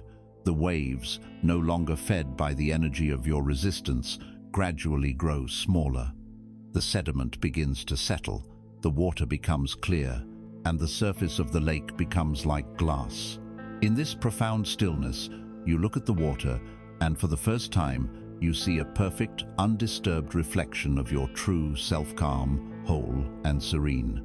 And then, as you gaze deeper through the crystal-clear water, you begin to see them. The glint of a diamond, the gleam of gold. An idea flashes into your mind, a simple, elegant solution to a problem that has plagued you for years. An intuitive nudge to connect with a certain person appears not as a thought, but as a quiet, gentle knowing, a feeling of profound peace. The pearl at the very bottom envelops you, assuring you that all is well. The silence does not create these treasures. It simply reveals what has been there all along, obscured by the noise. This is the silence that pays. Its currency is clarity, inspiration, and peace. Let us enter this sacred space together. This is not something to be understood, but something to be experienced. I invite you now to guide your attention inward into the great silence from which your being arises. Find a position where your body can be at ease, for a tense body creates a tense mind. Close your eyes. Take a deep, cleansing breath in, and as you exhale, release the day. Release all that has happened and all that you believe must happen. Arrive here, now, in this moment. Bring your awareness to the points of contact your body is making with the surface beneath it. Feel the weight of your own form. Grant your body permission to become heavy, to relax completely. Release the tension in your jaw. Soften the muscles around your eyes. Let your shoulders drop away from your ears. Your body knows how to be still. Allow it. Now, bring your attention to the flow of your thoughts. Do not try to stop them. That is impossible, and it is not the goal. The goal is to change your relationship to them. Become the watcher. Imagine you are sitting on the bank of a river, and your thoughts are leaves floating by on the current. Simply watch them come and watch them go. A thought about work floats by, a memory, a worry. Do not jump into the river to grab the leaf. Simply notice it, perhaps even labeling it in your mind thinking, and then let it drift away downstream. You are the silent, motionless observer on the bank. You are not the river. You are not the leaves. As you sit here, watching the stream of thoughts, you will begin to notice something remarkable. You will notice there are spaces between the thoughts. At first, they may be tiny, just a microsecond of quiet before the next thought arises. But these spaces, these gaps, are the doorways into the great silence. They are the cracks in the noise through which the light of pure awareness shines. I want you to gently place your attention on these gaps. Rest in them. Do not try to prolong them. Do not get excited when you find one. Simply notice them. Rest in that space of no thought. This space is not empty. It is full. It is full of peace. It is full of pure potential. It is the womb of all creation. It is your true home. Rest here, be still, and listen. Listen not with your ears, but with your entire being. Listen to the silence itself. It has a quality, a texture, a presence. It is alive. It is intelligent. It is healing. In this silence, you are connected to the source of all wisdom, all power, all abundance. There is nothing you need to do here, nothing to figure out. Simply being in this silent, aware space is the work. You are aligning your personal energy field with the energy field of the universe. You are recalibrating your system. You are coming home. This silence is the most productive state you can ever enter. It is here that the intuitive whispers of the universe can finally be heard. The answers you have been desperately seeking in the noise of the world will often arise effortlessly here, not as loud commands, but as quiet recognitions. Of course. The next step on your path, the solution to the problem, the idea for the creative project, it reveals itself with a gentle, profound simplicity. You are no longer trying to figure things out with your limited, logical mind. You are receiving divine intelligence from the universal mind. I encourage you to make a commitment to this practice. You do not need an hour. Start with 5 minutes a day. 5 minutes where you deliberately turn off the external noise and sit with your internal world, not to fix it, not to judge it, but to simply be with it. Watch the thoughts. Find the gaps. Rest in the silence. This is not a luxury. In the modern world, it is a necessity for anyone who wishes to live a life of purpose, peace, and true prosperity. It is the act of tending to the soil of your mind, creating a rich, fertile ground from which your desires can grow. As you rise from this sacred practice, as you gently bring your awareness back to the room around you, you will notice a change in your state, a feeling of calm, a sense of clarity, and something else. As you sit in this quiet afterglow of connection, a powerful and spontaneous emotion often begins to bubble up from within. It is a deep, heartfelt appreciation for the simple fact of your own existence, for the peace you have just touched, for the life that is breathing you. This feeling is not just a pleasant after effect. It is one of the most powerful creative forces in the universe. It is the magnetic energy of gratitude. From the deep, restorative quiet of your inner world, a gentle feeling begins to emerge. It is a soft warmth in the center of your chest, a quiet smile that touches your lips for no particular reason. It is a spontaneous sense of appreciation for the simple fact of your own being, for the peace you have just touched. This feeling is gratitude, and you must understand that this feeling is not a polite afterthought. It is not a moral duty.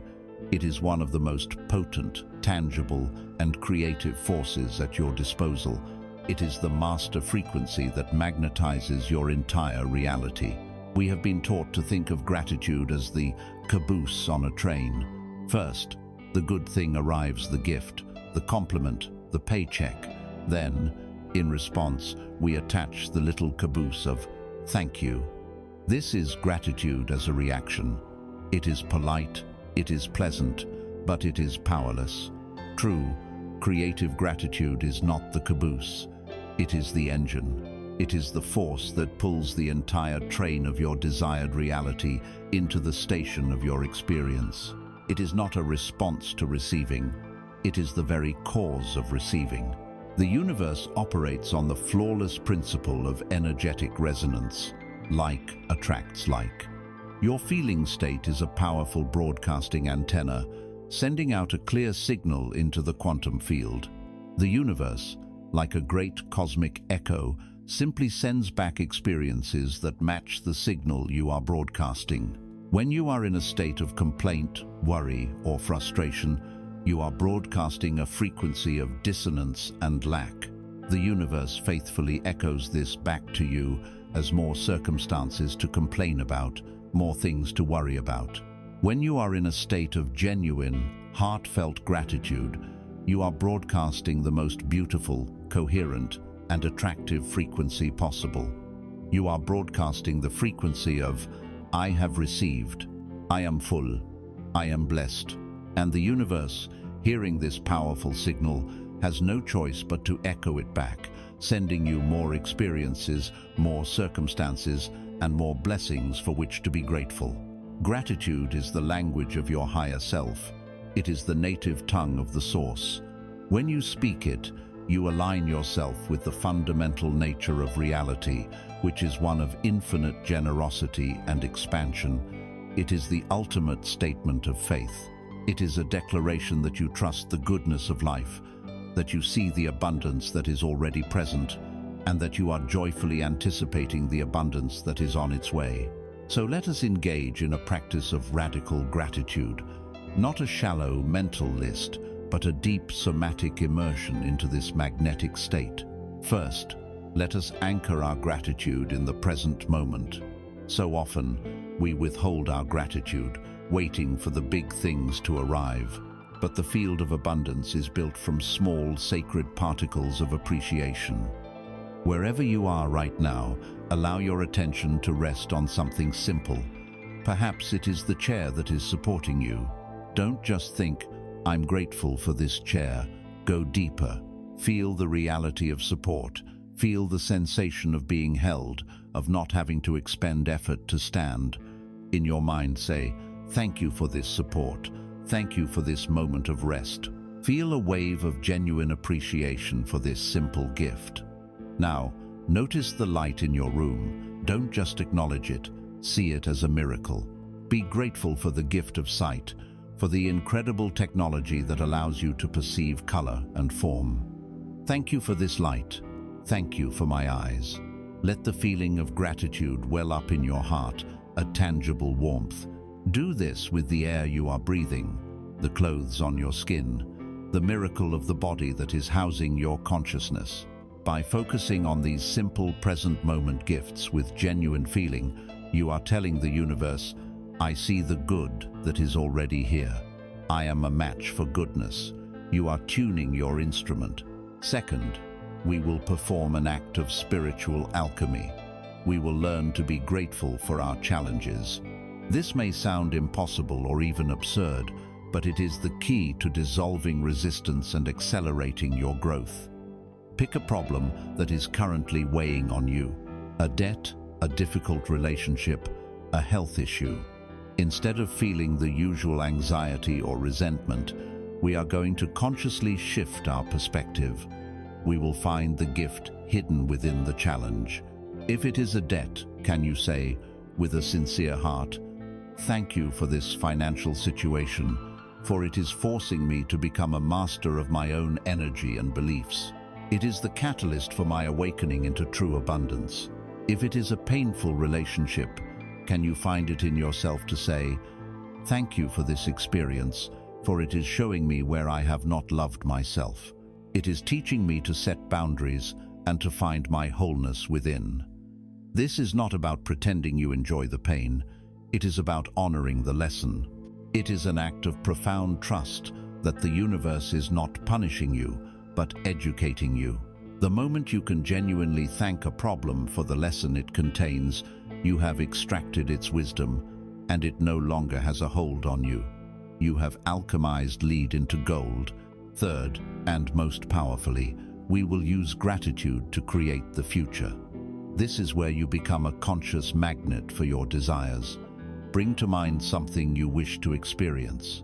The state of perfect health, the loving partnership, the successful creative venture.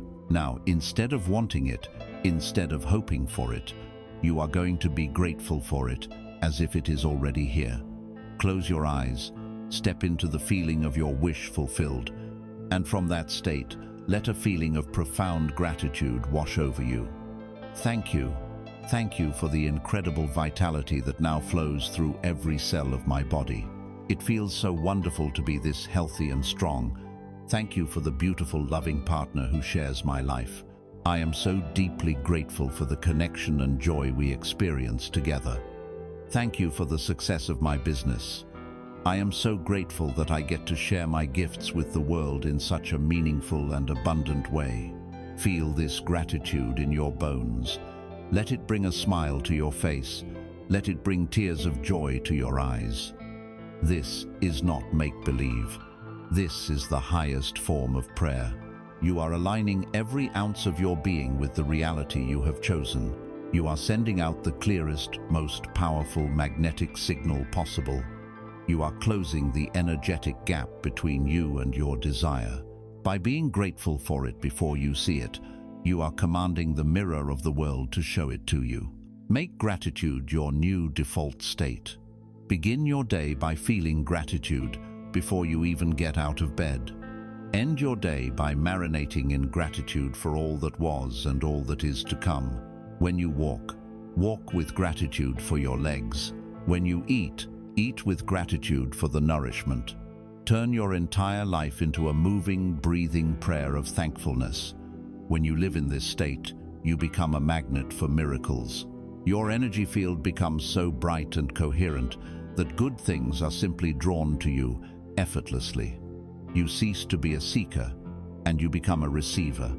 As you cultivate this powerful magnetic field of gratitude, you must become fiercely protective of your energy, for there is a poison, a common and insidious habit of mind that can demagnetize you in an instant, shattering your connection to joy and plunging you back into the cold frequency of lack.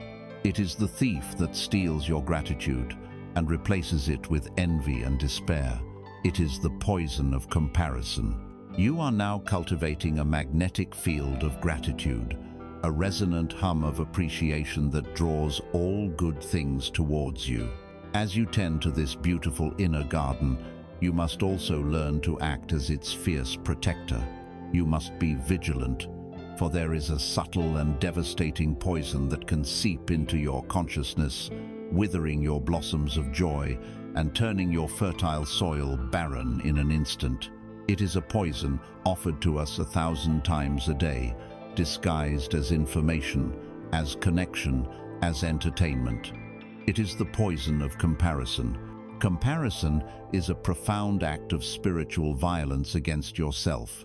It is the conscious decision to abandon your own sacred inner world, to turn your back on the source that you are, and to declare that the reality reflected in someone else's mirror is more valid and more important than your own. The moment you compare, you yank the plug of your attention out of its socket of inner power and plug it into a grid of lack, envy, and inadequacy.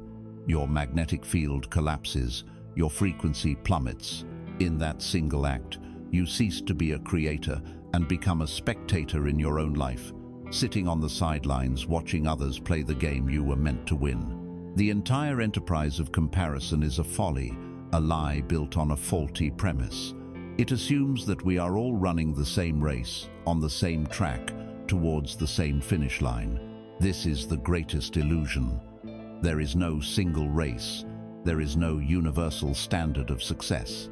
Each soul is on a completely unique and sacred curriculum, a divine assignment that is incomparable to any other. Imagine a great and ancient forest. In this forest stands a mighty oak tree, its trunk thick with the wisdom of centuries, its branches reaching towards the sky in a testament to strength and endurance. Beside it, along the bank of a stream, grows a graceful willow, its branches supple and flowing, dancing with every breeze in a display of elegant surrender. Does the oak tree look at the willow and lament, "Why am I not so flexible? Why can I not bend and sway with such ease?" Does the willow gaze upon the oak and despair, "Why do I not have such powerful branches? Why can I not produce strong acorns?" The thought is a profound absurdity. Each tree is a perfect expression of its own unique nature. The oak's purpose is to be an anchor, a symbol of unwavering strength. The willow's purpose is to be a dancer with the wind, a symbol of resilient flexibility. To compare them is to display a complete ignorance of the grand design of the forest. The forest, in its infinite wisdom, requires both the oak and the willow. Its beauty and its health depend on their diversity. You are a unique tree in the great forest of humanity. You have your own divine assignment, your own innate strengths, your own perfect timing for blooming and bearing fruit. To compare your journey to another's is as nonsensical as the oak envying the willow.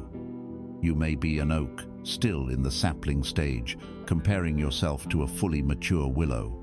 You are comparing not only different species, but different seasons of growth. Perhaps your purpose is to grow slowly, developing deep roots of wisdom that will sustain you through mighty storms, while another's purpose is to grow quickly and provide shade for a time. One is not better than the other. They are simply different. Your only task is to be the most magnificent version of yourself that you can be. In our modern world, this poison is delivered to us through the glowing screens we hold in our hands. Social media is a curated gallery of comparison. You are, in effect, comparing your raw, uncut, behind-the-scenes footage, complete with all your doubts, fears, and messy realities, to someone else's perfectly edited, color-graded, sound-mixed highlight reel. You are comparing your inner truth to their outer performance. It is a game that is rigged from the start, designed to make you feel that you are losing, so that you will consume more, strive more, and ultimately suffer more. You must see this illusion for what it is. It is a magic show, and you must be willing to look behind the curtain. So what is the antidote to this pervasive poison? The antidote is a practice of radical self-reference. It is the conscious and determined decision to make your own inner state, your own growth, and your own journey the only benchmark that matters. This practice begins with a pattern interrupt. You must cultivate a state of mindfulness, becoming aware of the very moment the impulse to compare arises. You know the feeling. It is that familiar, hollow pang in your gut when you see someone's vacation photos, their new car, their seemingly perfect family. The moment you feel that pang, you must act. You must, in your mind, raise a hand and say, firmly but gently, "Stop. This is an illusion. This is not my path." You are interrupting the hypnotic trance before it can take hold. You are refusing to drink the poison. After you have interrupted the pattern, you must immediately practice the second step, the return to the self. Instantly withdraw your attention from the external screen and bring it home, back to your own inner kingdom. Bring it to your breath. Bring it to the feeling of your hands. Bring it back to your gratitude practice that you were cultivating moments before. Ask yourself this, the only comparison that has any value. Am I more aligned today than I was yesterday? Am I more at peace? Have I been more true to myself? The only person you are in competition with is the person you were yesterday.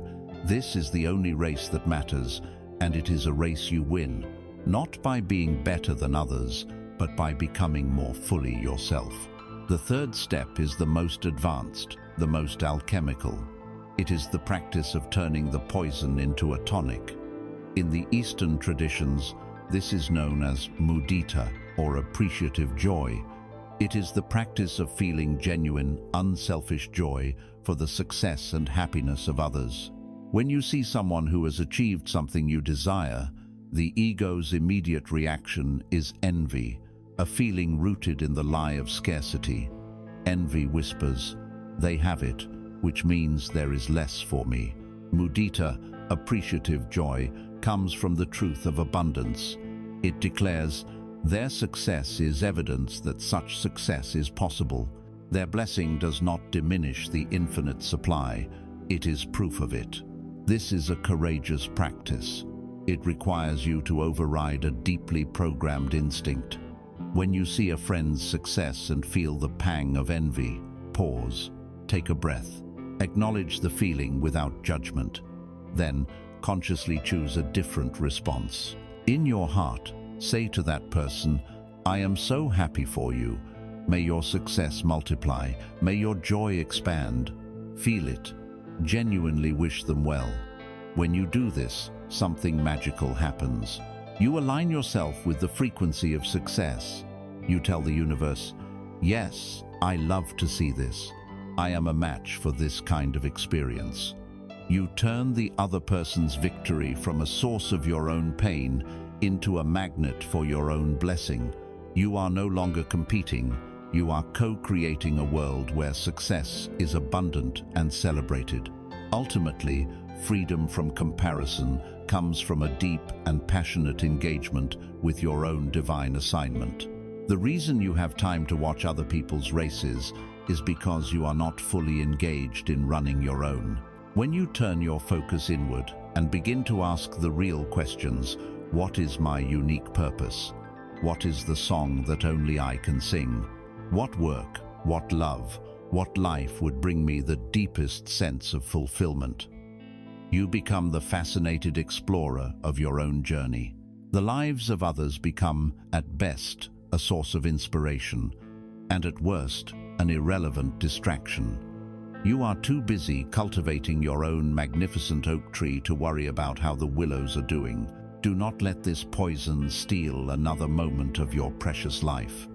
You are a unique, unrepeatable miracle of creation. To compare yourself to another is to insult the divine intelligence that crafted you with such specificity and love. Your journey is yours alone. It is sacred, it is valid, it is enough. Turn away from the hall of mirrors that is the world of comparison, with its distorted reflections of lack and its endless corridors of not enough. Turn your gaze inward to the truth of your own being. This turning inward, this commitment to your own unique path, requires a final clearing of the debris that ties you to the opinions and judgments of the past. To truly stop comparing yourself to others, you must heal the old wounds that whisper that you are inferior. You must release the resentments that keep you tethered to a sense of injustice. You must, once and for all, forgive the debts of the past. In your noble quest to embody your own unique truth, you have committed to turning away from the poison of comparison. But as you turn your gaze inward, away from the lives of others, you may find that your inner landscape is not entirely peaceful. You may find that it is haunted by ghosts from your own past. There are memories that still carry a sting, old wounds that have never quite healed, and bitter resentments that you hold towards those who you feel have wronged you. These unresolved energies are the final tethers holding you to a lower vibration. To truly ascend into a state of unconditional abundance, you must be willing to do the sacred work of forgiving the debts of the past. There is a profound misunderstanding about the nature of forgiveness. We have been taught to see it as a favor we grant to the person who hurt us, a moral high ground we take, or a sign that we are condoning what was done. This is not what forgiveness is. True forgiveness is a profoundly selfish act. It has almost nothing to do with the other person. It is for you. Holding on to anger, resentment, or a desire for revenge is like drinking a cup of poison every day and waiting for your enemy to die. The only one being harmed is you.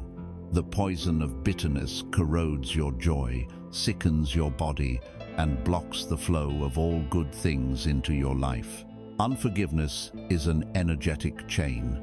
When you hold a grievance against someone, you forge a dark, heavy chain between your soul and theirs. You are inextricably bound to the very person or situation you despise. They live rent-free in your mind, consuming the precious currency of your attention. You replay the painful event over and over, re-injuring yourself with every repetition. You are allowing a moment from the past to define your emotional state in the present. You have, in effect, given the keys to your happiness to the very person you believe stole it from you. Forgiveness is the act of taking back your keys, melting down the chain, and declaring your own freedom. Let us be perfectly clear about what forgiveness is not. It is not forgetting. The memory may remain, but its power to hurt you will be gone. It is not reconciliation. You do not have to invite a toxic person back into your life. It is not excusing their behavior. What they did may have been wrong, unjust, and inexcusable. You are not absolving them. You are absolving yourself. You are releasing yourself from the burden of being their judge and the torment of being their prisoner. Forgiveness is simply the decision that you will no longer allow another person's past actions to create your present reality. Imagine your life is a magnificent ship, ready to sail towards the beautiful horizon of your dreams. You have a powerful sail your desire, You have a clear map your intention. The winds of the universe are ready to carry you forward, but you are not moving. You are stuck, because unseen, beneath the surface of the water, a heavy, rusted anchor is holding you fast to the muddy bottom of the past. This anchor is your unforgiveness. You can hoist your sails, you can pray for stronger winds, but until you are willing to cut the anchor rope, you will remain stuck, wondering why your life is not moving forward. Forgiveness is the courageous act of cutting that rope. Let us perform this sacred act now. This is a ritual of release, a ceremony of self-liberation.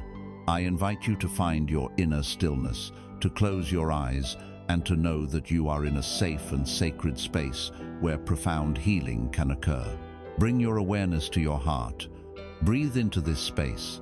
Now, I want you to allow one person or one situation to come to mind towards whom you still hold a charge of anger or resentment. Do not choose your biggest wound to start. Choose one that feels manageable. Allow the image of this person or situation to appear before you, in your mind's eye. First, we must honor your pain. Do not try to bypass it. Look at this image and acknowledge the hurt it represents. Say to yourself, silently in your heart, I acknowledge the pain that this caused me. My feelings were, and are, valid. My anger was a signal that a boundary was crossed. I honor my own experience. Take a breath and allow yourself to feel this validation.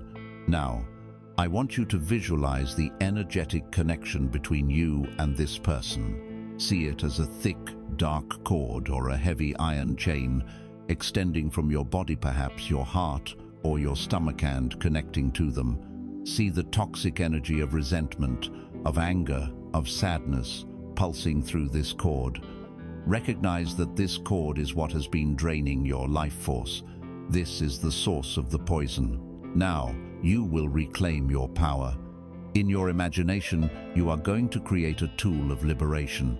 It may be a pair of shining golden scissors. It may be a sword of brilliant blue light. It may be a gentle purple flame. Choose the tool that feels right and powerful to you. Take this tool in your imaginary hands. Approach the dark cord that binds you. Know that you are doing this not out of weakness, but out of immense strength. It takes more courage to release than it does to hold on. Raise your tool of light, and with a clear and firm intention, sever the cord. See it being cut cleanly and completely. As you cut it, say these words, either out loud or in the silence of your heart. I release you. I release the debt I have been holding against you. I release the story of our past.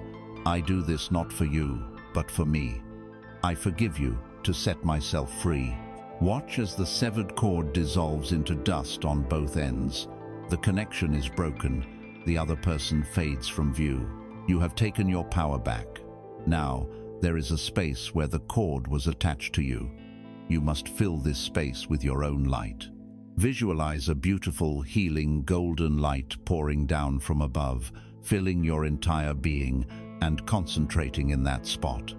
Fill yourself with your own love, your own peace, your own wholeness. You do not need anything from anyone else to be complete. You are the source of your own healing. Breathe deeply into this new state of freedom. Feel the lightness in your being. You may need to perform this ritual many times for many different people and situations, including for yourself. The practice of forgiving yourself is just as crucial, cutting the cords of self-blame and regret that keep you anchored to a lesser version of who you are. Each time you choose to forgive, you cut another anchor rope. Your ship becomes lighter. It begins to float more freely. You are reclaiming the vast quantities of creative energy that were previously tied up in managing old wounds and policing past injustices. This energy is now available to you to build your new reality, to fund your dreams, to create a life of joy and abundance. As you liberate yourself from the heavy, stagnant energy of the past, you will feel your own inner energy beginning to move with a new vitality. This free-flowing current allows you to participate in one of the most dynamic and magical principles of a prosperous life. You have cleared the blockages to receiving. Now you must learn the joy of giving, not from a place of sacrifice, but from a place of fullness. You are ready to engage with the great paradox of generosity. Having cleared the energetic debris of the past through the sacred act of forgiveness, you have reclaimed vast reservoirs of your own creative power. Your inner channels are no longer clogged with resentment or regret. Your life force begins to move with a new vitality, a new freedom. You are now prepared to engage with one of the most dynamic, magical, and misunderstood laws of prosperity. You are ready to embrace the generosity paradox. The poverty mindset, driven by the ghost of scarcity, operates on a simple, fearful principle: hoarding. It believes that resources are finite and that life is a zero-sum game. Its mantra is, "I must hold on to what little I have, for there may not be any more." This mindset builds dams. It tries to stop the flow of energy, of money, of love, believing that by trapping it, it can possess it. But what happens to water that is dammed up and never allowed to flow? It becomes stagnant. It grows murky, lifeless, and eventually toxic. The dam, built to create security, becomes a prison of stagnation. The abundance mindset operates on the opposite principle: circulation. It knows that the universe is a place of infinite supply and constant flow. Its mantra is, "I am a channel for abundance. It flows to me, and it flows through me." This mindset does not build dams. It seeks to become a wider, clearer riverbed.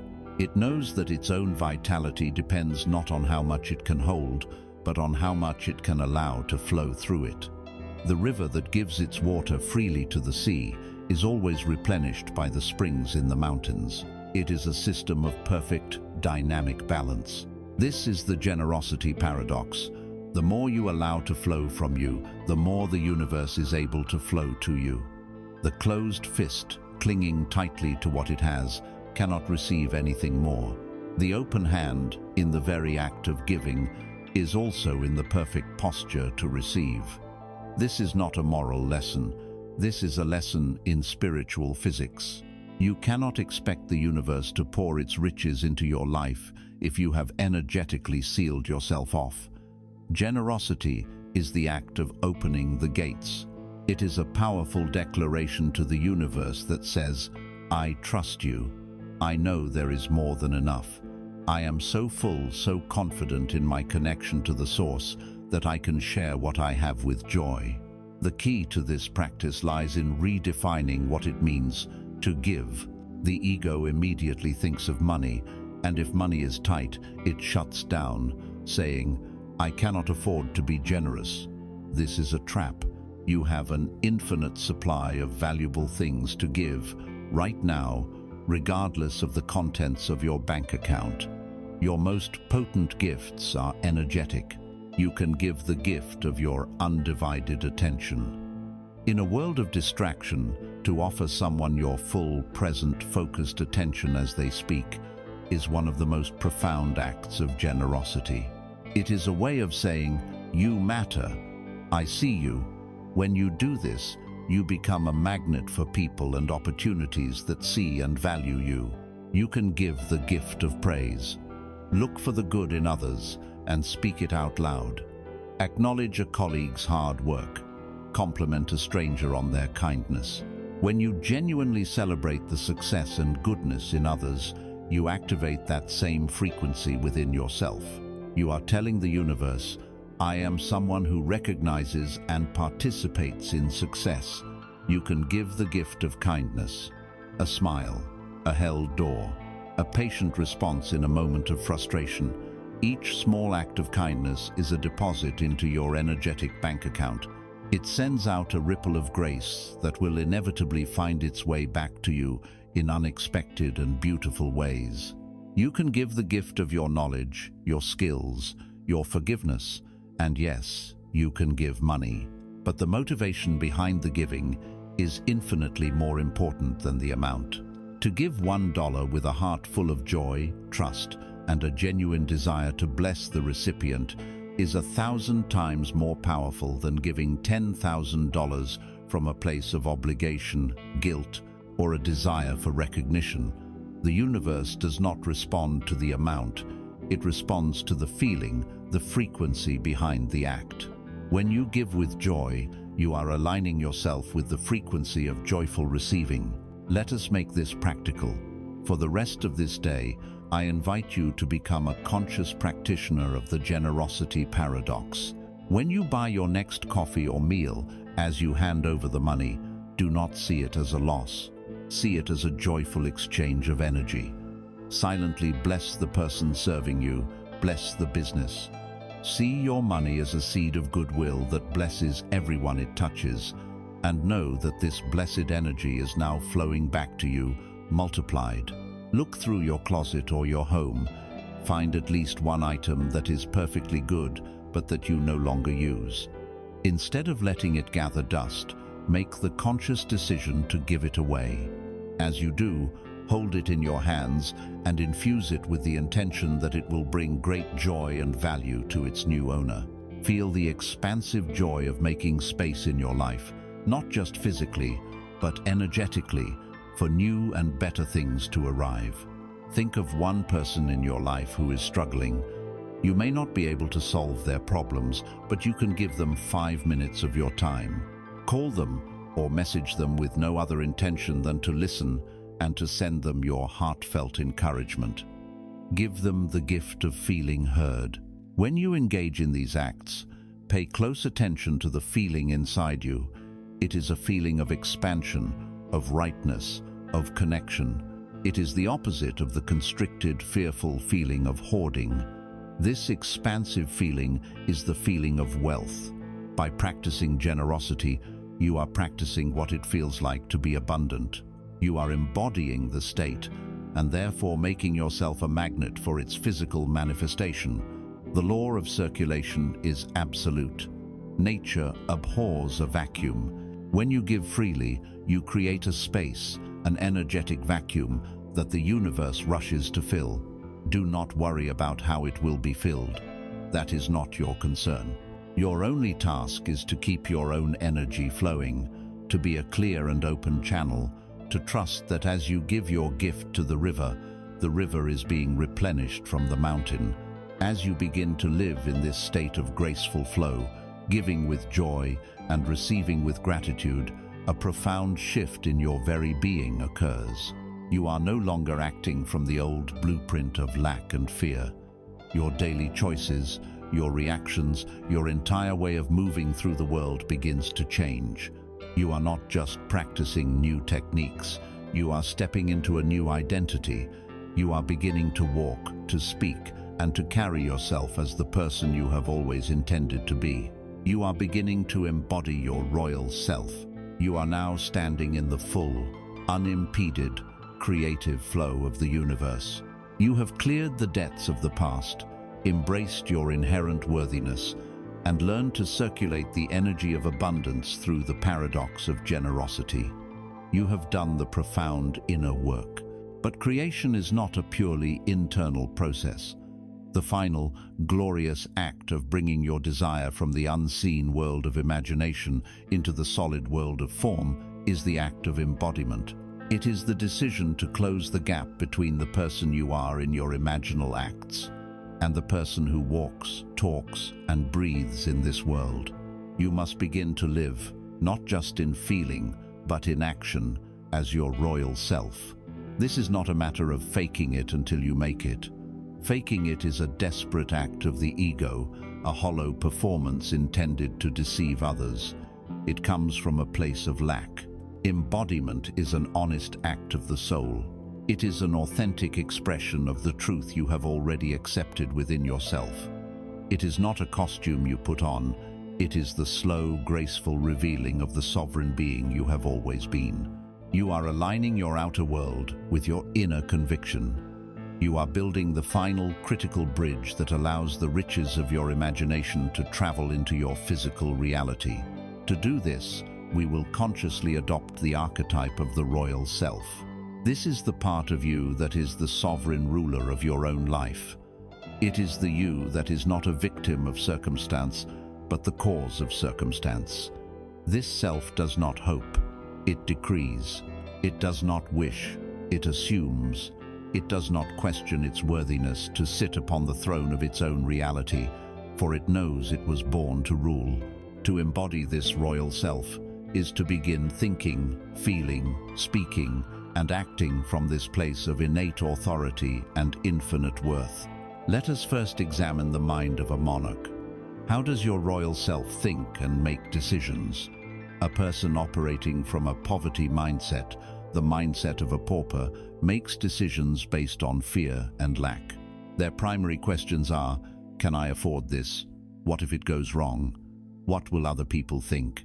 Their entire decision-making process is outsourced to their perceived limitations and the opinions of others.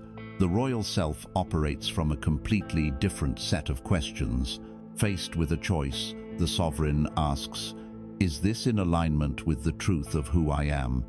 Does this choice expand my kingdom of peace and joy? Does this action reflect the highest version of myself? The royal self is not concerned with affordability, for it knows it is the source of all supply. It is not concerned with failure, for it knows that all experiences are simply feedback for its own growth. And it is certainly not concerned with the opinions of others, for a true sovereign does not require the validation of the court. Its validation comes from within. Begin to practice this in your own life. Before every decision, no matter how small, pause and ask yourself, how would the highest, most abundant version of myself make this choice? Would the royal self choose the cheapest option out of fear, or would it invest in the quality that brings joy and lasts longer? Would the royal self say yes to an obligation that drains its energy, or would it politely decline, honoring its own peace as its highest priority? Making decisions from this place is a powerful declaration to the universe. You are acting as if you are already the person you desire to be, and the universe, the great mirror, must rush to reflect that identity back to you. Furthermore, a sovereign is mindful of the counsel they keep, especially their inner counsel. Your mind is a throne room. For too long, you have allowed the court jester, the nagging, critical voice of the egoto, sit on the throne and shout its fearful nonsense. The royal self does not tolerate this. When you hear that inner voice of doubt, of self-criticism, of lack, you must learn to see it for what it is, a foolish, frightened advisor offering terrible counsel. Your royal self, from a place of calm authority, can simply say, "Thank you for your opinion. Your counsel is dismissed." You do not argue with it. You do not engage it. You simply withdraw your attention and return your focus to the truth of your power and abundance. You are the ruler of your inner kingdom, and you decide which thoughts are given power and which are allowed to fade into silence. Now, let us bring this embodiment into your physical being. Your body is the living symbol of your subconscious mind. It is the temple of your royal self. How you carry it, how you treat it, how you move it through the world is a constant prayer. A person living in a state of fear and lack often has a corresponding physicality. Their shoulders are slumped, their chest is concave as if protecting their heart. Their movements are hurried and anxious. They are physically embodying the state of a victim. Your royal self moves differently. Stand up, right now, wherever you are. Pull your shoulders back and down. Lift your chest. Elongate your spine as if a golden thread is gently pulling the crown of your head towards the sky. Tuck your chin slightly. Breathe deeply into your belly. This is the posture of dignity, of calm confidence, of quiet power. Practice walking in this way. Move with purpose, not with frantic haste. Feel the ground beneath your feet supporting you. Carry yourself as if you own every space you enter, not with arrogance, but with the quiet assurance that you belong anywhere you choose to be. Your physiology will send a powerful new message to your neurology. reinforcing the new blueprint you have designed. Consider your environment and your belongings. This is not about materialism, it is about standards. Your royal self understands the principle of resonance. It seeks to surround itself with beauty, quality, and order, as these things reflect its own inner state. Look at your home. Is it a palace or a prison? Does it reflect a state of abundance or a state of neglect? You do not need to be a millionaire to create a royal environment. It begins with cleanliness and order. It continues with the conscious choice to surround yourself with only things that you find beautiful and useful. It is the act of drinking your morning tea from your favorite beautiful cup instead of a chipped, stained mug. It is the act of wearing clothes that make you feel magnificent, even if you are only working from home. Each small act of upgrading your environment is an affirmation that you are worthy of quality, that you are the ruler of a kingdom that reflects care, beauty, and respect. And how does a sovereign treat their own body? Not as a workhorse to be run into the ground, but as the most precious asset in the kingdom. You begin to feed it food that nourishes and energizes it, not because you are on a diet, but because your temple deserves high-quality fuel. You give it the gift of restorative sleep, understanding that this is when the kingdom rebuilds and repairs itself. You move it with joy, not as a punishment for what you ate, but as a celebration of its vitality. This sacred self-care is a profound act of embodiment. It is living the truth that you are valuable beyond measure. Finally, a sovereign has clear and defined borders. Your royal self knows where its kingdom ends and another's begins. This is the power of setting boundaries. For too long, you may have operated from a place of people-pleasing, saying yes when your soul was screaming no. You have allowed others to drain your energy, disrespect your time, and trespass upon your peace. The royal self puts an end to this. It learns the power of a graceful but firm number. No, that does not work for me. No, I am not available for that. No, I will not participate in gossip. Every time you set a healthy boundary, you are reinforcing your own self-worth. You are teaching others, and more importantly, yourself, how you are to be treated. You are the guardian of your own energy, the protector of your own kingdom. As you consciously practice these acts of mental and physical embodiment, you are closing the loop between the unseen and the seen. You are no longer a person who is trying to feel abundant. You are an abundant person, and your actions are the natural overflow of that state of being. You are no longer just imagining your royal self in the quiet of your meditations. You are becoming it in thought, in posture, in every choice you make. The gap between your inner world and your outer world narrows until one day it disappears entirely. You are no longer acting as if, you simply are. And as you fully embody this sovereign identity, you begin to notice something profound about the very words that leave your mouth. They cease to be a mere commentary on the world you observe. They become imbued with the creative power of your new state. Your speech is no longer a description of what is, it becomes a decree of what shall be. You begin to understand, on a cellular level, that your word is your wand. As you fully inhabit the truth of your royal self, moving through the world with the calm assurance of a sovereign, you begin to notice the subtle but profound power that emanates from you. This power is not just in your presence, but in your speech. Your words, once a casual commentary on the world you observed, begin to take on a new weight, a new resonance. You come to realize a fundamental law of creation. Your word is your wand, and with this wand, you are either cursing or blessing your own existence with every sentence you speak. For most of your life, you have wielded this incredible power unconsciously and often destructively. You have used the magic wand of your word to cast spells of lack and limitation upon yourself without ever realizing it. Every time you have said, "I'm so broke," You have waved your wand and commanded the substance of the universe to arrange itself in the form of lack. Every time you have declared, "I'm always so tired," you have cast a spell of fatigue upon your own body.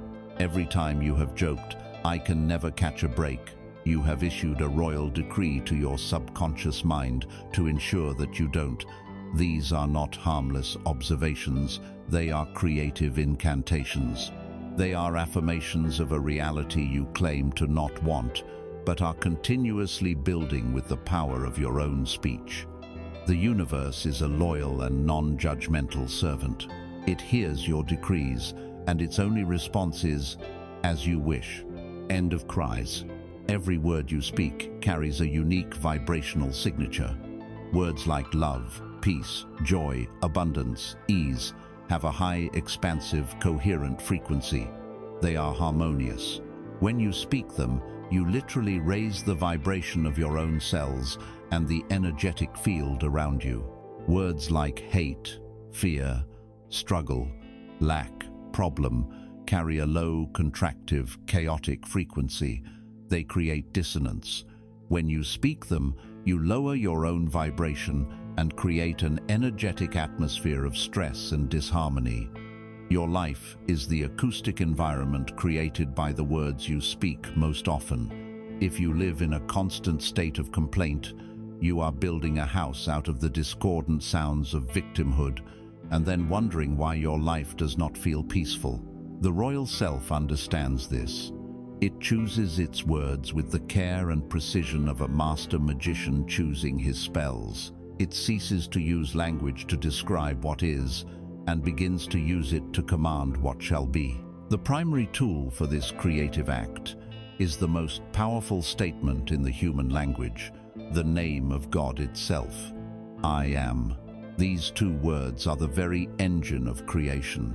They are a direct statement of being. Whatever you attach to I am becomes your reality because you are declaring it to be so.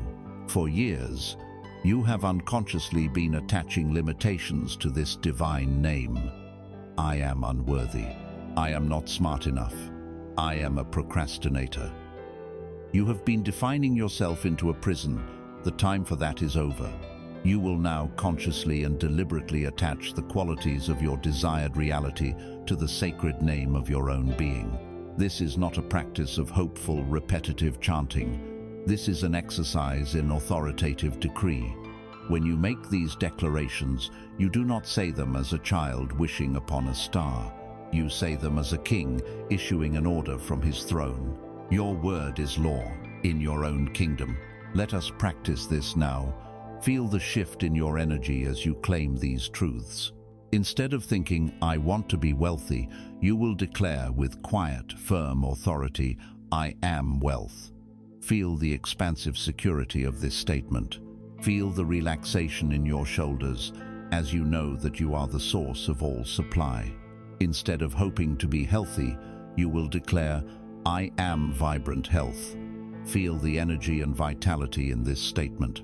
Feel it as a current of well-being flowing through every cell in your body. Instead of searching for love, you will declare, "I am divine love," perfectly expressed and perfectly received. Feel the wholeness and radiance of this truth. You are not a half-seeking completion. You are a son of love, attracting all good things to you. Speak these declarations into the mirror. Speak them in the quiet of your car. Speak them when you feel the old fears start to rise. I am safe. I am powerful. I am creative. I am enough. When you speak these words, you must feel their reality. The word is the container, the feeling is the substance. A word spoken without feeling is an empty shell. A word saturated with the feeling of its own truth is a seed of a new reality. Just as important as making these new declarations is the practice of ceasing the old ones. You must become a vigilant guardian at the gate of your own mouth. You must catch yourself in the act of casting the old, negative spells. When you start to say, "I'm so stressed," catch it, stop mid-sentence, and replace it. "I am in the process of mastering my peace." I am calm and in control. When you begin to say, "This is impossible," catch it, stop, and replace it. All things are possible for me. I am finding the perfect solution. This is a moment-to-moment practice of energetic hygiene. You are refusing to use your magic wand to create dirt. Your new language will begin to reprogram your subconscious mind. It will also change how others perceive and react to you. People are drawn to those who speak with certainty and self-possession. Complaining repels opportunity. Declaring your power attracts it. Victim language invites others to either pity you or prey on you. Sovereign language invites others to respect you and cooperate with you. As you consistently embody your royal self and speak from this place of authority, using your word as your wand to bless your reality, the world around you has no choice but to begin to transform. The great mirror must reflect the new face you are showing it. The great echo must repeat the new words you are speaking. This process of transformation is often magical and mysterious. The changes may not always appear in the way your logical mind expects. Sometimes, the path to your desire will take you through strange and unexpected valleys. You must learn to trust this unfolding, this sacred sequence of events. You must learn to gracefully navigate what is known as the bridge of incidents. You have begun to live in your new reality. You have claimed your royal identity, and you are speaking your desired world into being with the power of your word. You have planted the seed of your assumption in the fertile soil of the subconscious mind, and you are faithfully watering it with the feeling of its own reality. Now, the great, mysterious process begins. The seed, accepted as fact in the darkness of the deeper mind, begins to germinate, and the intelligence of the universe begins to construct a pathway from where you are to where you have chosen to be. This pathway is the sacred and often confounding journey across the bridge of incidents. Once your desire is impressed upon the subconscious, the universe must make it so. It has no choice. But it moves in ways that are far more intelligent and direct than your conscious, logical mind can conceive. It sees the whole chessboard. It knows every possible move. It begins to arrange events, people, and circumstances in a perfect sequence to lead you to your destination. This sequence is the bridge of incidents. It is the how that you have so wisely learned to let go of. Your only job now is to walk across this bridge with unwavering faith. This is where your conviction will be tested. Because the bridge of incidents does not always look like a straight, paved, well-lit highway. Sometimes it looks like a rickety rope bridge swaying over a deep chasm. Some of the planks may seem loose. The wind may howl around you. The events that make up this bridge will often seem strange, unrelated, or even directly contrary to your desire. And this is where the uninitiated person panics and turns back. Let us say your desire is for greater financial abundance. You have been living in the feeling of wealth and security. Then, one day, you are faced with a large, unexpected expense, or the company you work for suddenly announces layoffs. The logical mind, the ego, will immediately scream in terror. It's not working. This is a disaster. I was feeling wealthy, and now this happens? I knew it was too good to be true. This is the moment of the great test. The person who is not firm in their assumption will immediately drop their state of wealth and plummet back into the state of fear and lack.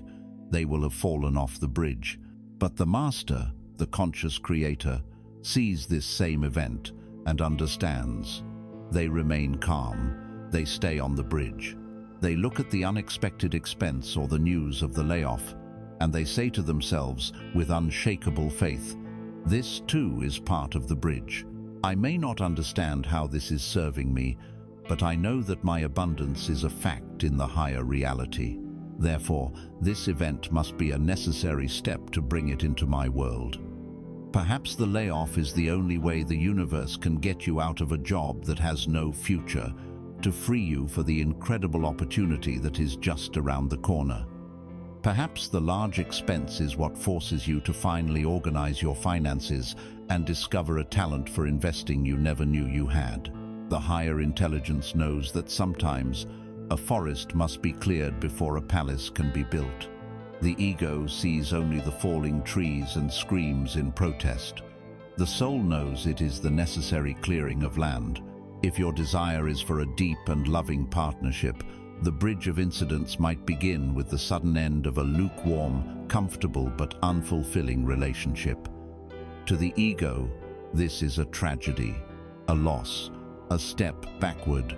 It cries, "I wanted love, and now I have even less than before."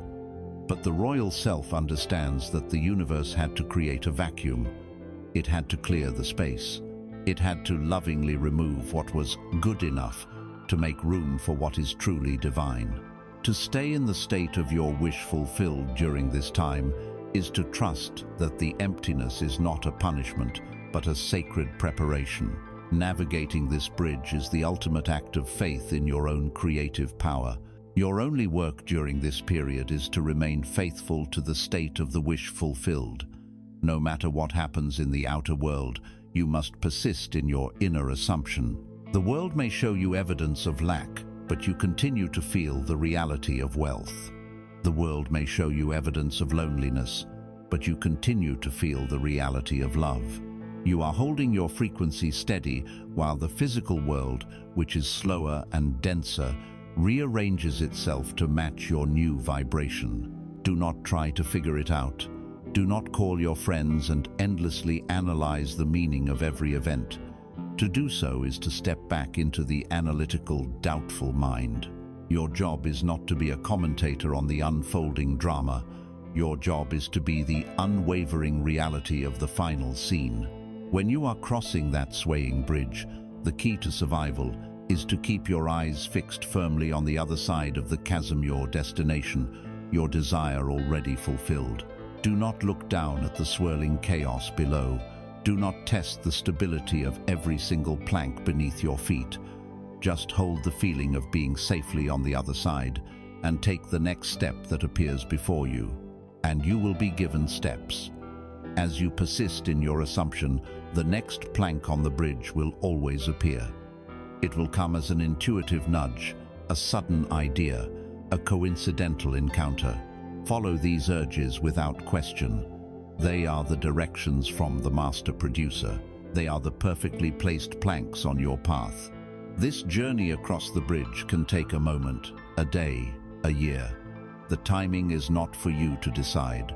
The timing is determined by the naturalness of your own assumption. The more you can make your inner reality feel more real than the outer world, the faster you will walk across that bridge. When you successfully navigate this journey, when you hold to your assumption despite all appearances and arrive on the other side, you will look back and see with breathtaking clarity how every single event, even the ones that seemed terrifying or disastrous at the time, was a perfect and necessary step on your path. You will laugh with awe at the incredible ingenuity of the universe, and you will have proven to yourself once and for all that you are the creator of your reality. As you stand on this new shore of your manifested desire, a profound realization dawns. You see that your desire for a specific thing, for the money, for the relationship, was always a pointer. It was a signpost pointing you toward a state of being, and you realize that while the specific manifestation is wonderful, the true prize was the state you learned to embody along the way. You now understand that money is just one symbol of a much greater reality. You are now ready to lift your gaze from the single treasure you have found and to claim the entire kingdom of true wealth. You have walked the bridge of incidents. You have held fast to your assumption in the face of seeming contradiction, and you have arrived on the shore of your manifested desire. You feel the reality of it, the solidness of it. But in this arrival, a profound and beautiful realization begins to dawn within you. You begin to see that the thing you desired, the specific sum of money, the particular achievement, was never the true prize. It was a homing signal, It was a focal point for your creative energy, a symbol that your soul used to guide you into a new state of being. And it is this state of being that is the real treasure. Our culture has taught us a great and tragic lie. It has taught us to equate the symbol with the substance. It has taught us that money is wealth, but money is not wealth. Money is a current. It is a form of energy, a useful and powerful tool for navigating the material world. But it is not the destination. To fixate on money alone is to spend your entire life polishing a key, admiring its intricate design, comparing it to the keys of others, and dying with it clutched in your hand, having never once used it to open the door to the kingdom it was forged for. This journey is not about collecting more keys. It is about learning to live within the magnificent kingdom of true wealth. Money is the ticket that grants you admission to a beautiful, expansive garden. But so many are obsessed with the ticket. They count their tickets. They worry about losing their tickets. They envy those with more tickets. Their attention is so consumed by the ticket that they spend their whole lives standing at the gate, never once stepping inside to experience the fragrance of the flowers, the taste of the fruit, or the cool shade of the ancient trees. We are here to walk into the garden. We are here to explore the vast provinces of the kingdom. Let us take a tour of this kingdom so you may understand what you have truly been seeking. The first province you will enter is the province of time. This is perhaps the most precious form of wealth. True time wealth is not about living forever. It is about owning your own days. It is the freedom from the frantic, breathless rush of the modern world.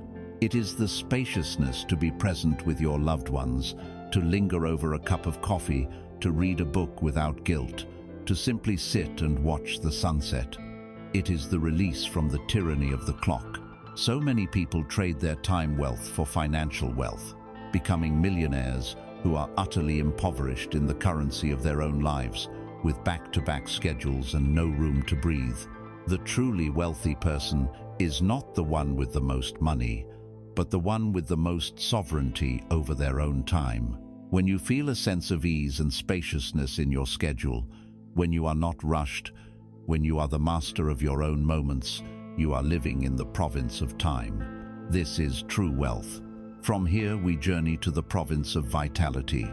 This is the wealth of your physical being. It is the vibrant energy that allows you to greet the day with enthusiasm. It is the strength in your body that allows you to climb mountains, to dance, to play with your children. It is the clear mind and balanced emotions that allow you to navigate life with grace. What good is a vault full of gold if your body is a prison of pain and fatigue? The wealthiest person on earth would trade every last cent for a single day of pain-free, vibrant health. To treat your body as a sacred temple, to nourish it, to move it with joy, to give it the rest it requires, this is not vanity. This is the stewardship of one of your greatest treasures. When you awaken in the morning feeling rested, energized, and grateful for the miracle of your physical form, you are living in the province of vitality. This is true wealth. Next, we cross a bridge of light into the province of connection. This is the immeasurable wealth of love. It is the richness that comes from deep, authentic, nourishing relationships. It is the feeling of being truly seen, heard, and accepted for who you are. It is the shared laughter with a dear friend, the comforting embrace of a partner, the sense of belonging within a family or a community. A human being can live in a gilded palace, surrounded by every material object imaginable, and be in a state of profound, desolate poverty if they are lonely. The human heart is made for connection. Its greatest riches are found in the giving and receiving of love. When your life is filled with people you love and who love you, when you feel a deep sense of connection to the human family, you are living in the province of connection. This is true wealth. Our journey now takes us to the sunlit fields of the province of purpose. This is the wealth of creative expression. Every soul comes into this world with a unique song to sing, a unique gift to share. True wealth is having the freedom and the courage to share that gift. It is engaging in work that feels like play. It is the deep fulfillment that comes from contributing something meaningful to the world, no matter how large or small. It is the energy you feel when you are in a state of flow, completely absorbed in an activity that uses your unique talents. To earn a high salary in a job that deadens your spirit is a form of profound poverty. To earn a simple living doing something you love is a form of infinite wealth. When you feel that your life has meaning, that you are using your innate gifts for a purpose that lights you up, you are living in the province of purpose. This is true wealth. Finally, we arrive at the very heart of the kingdom, the throne room itself. We arrive at the province of peace. This is the ultimate treasure, the foundation upon which all other forms of wealth are built and enjoyed. It is the quiet mind, free from the tyranny of anxiety. It is the calm heart, free from the storms of emotional turmoil. It is the ability to sit in the present moment and feel a sense of profound well-being, regardless of external circumstances. What is the value of time if your mind is too worried to enjoy it? What is the value of love if your heart is too anxious to receive it? What is the value of money if you have no peace? Inner peace is the soil from which the entire garden of wealth grows. It is the atmosphere of the kingdom. All the practices we have discussed, from forgiveness to letting go of the how, are designed to lead you to this place. When you can sit in silence and feel a sense of safety, of wholeness, of deep, unshakable peace, you are living in the province of peace. This is the definition of true wealth. Do you see now? These provinces are all interconnected. They are facets of one great diamond. To focus only on money is to see only one facet and miss the brilliance of the whole. When you align with the source, the universe does not wish to give you only money. It wishes to give you wholeness. It wishes to grant you citizenship in the entire kingdom. So, expand your vision. When you enter your meditations, when you practice the feeling of the wish fulfilled, do not just imagine bank accounts. Imagine a life that is rich in all these currencies. Feel the feeling of having abundant time. Feel the feeling of vibrant health. Feel the feeling of deep love and connection. Feel the feeling of joyful purpose. And above all, feel the feeling of profound peace. Create a single complex feeling state that encompasses this entire kingdom. This is the signal you want to broadcast. This is the reality you want to claim. The goal is not to collect tickets. The goal is to live in the garden. It is a life measured not by its material assets, but by the richness of its experience. When you hold this holistic vision of wealth, when you understand that abundance is a state of being that should permeate every corner of your life, the way you practice these principles begins to change. It ceases to be a set of techniques you apply in order to get something. It becomes something far more profound. It becomes the unwavering state of your own being. You are no longer trying to attract abundance. You are living as abundance. You now hold a new vision. Your understanding of wealth has expanded beyond the symbol of money and into the vast, interconnected kingdom of true abundance. You see that time, vitality, connection, purpose, and peace are the real currencies of a life well lived. As you hold this holistic vision, as you marinate in the feeling of this complete and total wealth, the very nature of your spiritual practice begins to transform. It ceases to be a practice at all. It is no longer something you do. It is something you are. You have reached the final stage of the journey. You are now ready to enter the unwavering state, the state of simply living as abundance. Think of this entire journey as the process of learning to swim. When you first began, you were like a person who had never been in the water. You stood at the edge, fearful of the depths, convinced you would sink. Your first attempts were a frantic struggle. This was the state of the beginner, flailing in the water, convinced that an immense effort was required to stay afloat. You were swallowing water, sputtering, Your movements were inefficient and born of panic. This is akin to your first attempts at manifestation, the desperate, repetitive affirmations spoken without feeling, the constant, anxious checking for results, the fear that at any moment you would sink back into the familiar depths of lack. Then, as you continued, you became the intermediate swimmer. You learned the techniques, you diligently practiced your strokes, you learned how to breathe. You were still thinking about it constantly. Kick my feet, move my arms, turn my head to breathe. You were swimming, yes, but it required your full concentration. It was an act of conscious, deliberate effort. This is the stage where you have been for much of this journey. The diligent practice of sats, the conscious choice to forgive, the deliberate cultivation of gratitude, the mindful embodiment of your royal self. These are the powerful, necessary strokes that have kept you moving forward. You have been consciously applying the laws of creation, but the goal was never to be a student of swimming forever. The goal was to become a swimmer. And what is the state of a master swimmer? They do not think about swimming. They do not analyze their every stroke. They do not worry about the mechanics of buoyancy. They simply enter the water, and they are at one with it. Their body knows what to do. The movement is effortless, powerful, and graceful. They trust the water completely. They know it will support them. They can glide, they can float, they can dive, they can play. They are not practicing a technique. They are living in an element that has become their second nature. This is the unwavering state. It is the state where you no longer practice abundance. You are an abundant being, and your life is the effortless expression of that truth.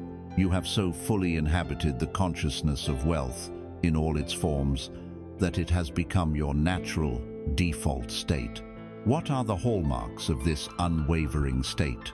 The first is a profound emotional equanimity. The events of the world, the so-called good news and bad news, no longer have the power to throw you from your center. You see them as the waves on the surface of the ocean, while you remain rooted in the calm, silent depths. A stock market dip, an unexpected bill, a change of plans, these are observed with a calm, detached interest, not with panic. You have an unshakable inner knowing that your security does not come from the world of shifting circumstances.